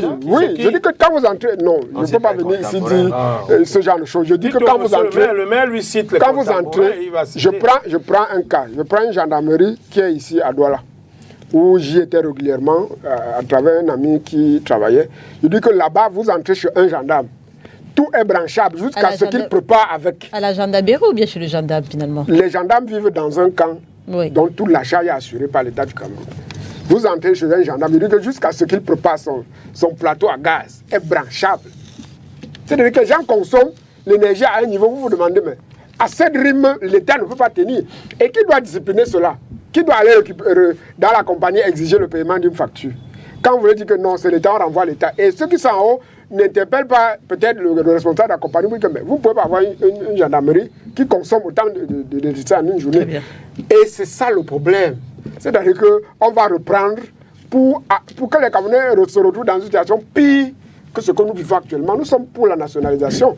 Il évoquait par exemple l'aspect d'ouverture. Le PCN, par exemple, pense qu'on doit donner une certaine compétence aux mairies pour créer des centrales d'énergie de façon à être autonome sur le plan énergétique. Même en 2018, dans le programme du candidat Joshua aussi, il a prévu des centrales mini-hydro. Oui, c'est-à-dire que les communes, les villages puissent être... On l'a estimé, dans ce programme, c'est estimé. Nous l'avons déjà fait et ça en expérimentation. Oui, c'est ça. Le PCA estime qu'on peut donner une certaine capacité aux municipalités de façon à être autonome sur le niveau énergétique. Mais je dis, puisqu'on est encore dans ce système actuel, je dis que c'est bien de nationaliser certains secteurs stratégiques, mais je dis que ce n'est pas une bonne nouvelle quand on connaît comment ce pays est géré et quand on connaît pourquoi on est arrivé à cette rupture. Est-ce que les privatisations nous ont apporté quelque chose de bien? Non, honnêtement, après des échanges, n'est-ce pas, avec un très haut cadre de l'administration, il m'a dit, cet exclamant en disant, si nous avons su que c'était ça la privatisation, nous ne l'aurons pas accepté. Je peux tout simplement regretter la privatisation de certains secteurs tels que la régie FECAM par exemple, la privatisation de Camchip qui était Cameroun Shipping Line, qui était une très bonne structure. Mais on n'avait pas trop le choix, très honnêtement. À la place ça veut dire qu'aujourd'hui on a le choix, économiquement parlant, le Cameroun se porte mieux aujourd'hui qu'en 2001. Pas du tout. Je pense tout simplement que nous sommes sortis des points d'ajustement structurel. Nous ne sommes plus un pays pauvre, très endetté. Et nous avons un taux de croissance qui stagne au-dessus de 4%. L'économie camerounaise est résiliente. Nous allons attaquer des nouveaux secteurs tels que les mines, qui vont produire plus d'argent à la trésorerie. Et donc, nous pouvons nous permettre de racheter certaines structures que nous avons perdues jadis, il y a quelques années. Je pense tout ça. Oui, bien entendu. Le chef de l'État vient encore de Monsieur le maire, laisse-moi, on vient. Le chef de l'État vient de signer un document pour que le ministre aille lever 200 milliards. Oui. Nous avons la capacité de rembourser ces dettes. Si vous étiez français, peut-être vous aurez changé de nationalité. Parce que la France a un endettement de plus de 143% de son PIB. Le Canada est endetté. Les États-Unis ont dépassé les 1600. En France, c'est 105%, pas 143. Un peu plus de 100. Nous, on n'a même pas 50. Pourquoi vous voulez penser que la gestion du Cameroun est un chaos, c'est une catastrophe? Écoutez, ce que je veux vous faire comprendre, monsieur le maire Guy Wambou, en fait, je peux être de votre avis dans la mesure où nous n'avons pas optimisé les ressources financières que nous avons reçues ces 10-15 dernières années pour changer le niveau de vie des Camerounais. Nous n'avons pas optimisé. Vous savez, mais certains efforts ont été faits. Il faut comprendre que nous avons des contraintes. Ça, vous devriez le dire. La crise anglophone, la guerre au nord-ouest et les crises exogènes nous amènent à nous réajuster. Dans le cadre des ENEO aussi. On ne peut pas dire que nous sommes dépendants de l'argent dans le cadre des ENEO. Dans le cadre des ENEO, l'autre goulot d'étranglement, c'est qu'on s'est rendu à l'évidence que les ouvrages qui sont construits coûtent excessivement cher. Il faut donc changer de modèle de production. Non, ce n'est pas un modèle de production. Il faut peut-être passer à l'éolienne, il faut passer au solaire. Non, ce n'est pas un problème d'ouvrage. Mais si vous faites des ouvrages avec du béton, il y a des surfacturations. Et c'est pour cette raison, c'est pour cette raison que ça devient de plus en plus difficile. Pourquoi? Parce que quand on construit un barrage et que il y a un contrat de concession. Naturellement, il faut qu'il y ait un coût qui rembourse le mégawatt. Et voilà les gros d'étranglement qui sont cités en un point fini dans la difficulté qu'il y a à la gestion Monsieur le maire, vous avez raison dans la mesure où la moyenne mondiale, si je peux chuter, la moyenne mondiale d'un mégawatt est de sensiblement 1,650 milliard, le mégawatt. Or, vous avez des projets ici où le mégawatt, c'est 4 milliards. Je pense que c'est 6 milliards à question. Merci monsieur Serge Henri Kelbé. Ça a été un plaisir d'être avec nous ce dimanche. Merci également à vous, Maître Moustapha Ngwana, d'avoir accepté notre invitation. Monsieur le maire, merci d'avoir été là. Monsieur Fomo, merci d'avoir été là. Mesdames et messieurs, merci de nous avoir suivis. L'émission est rediffusée ce soir lorsqu'il sera 21h30.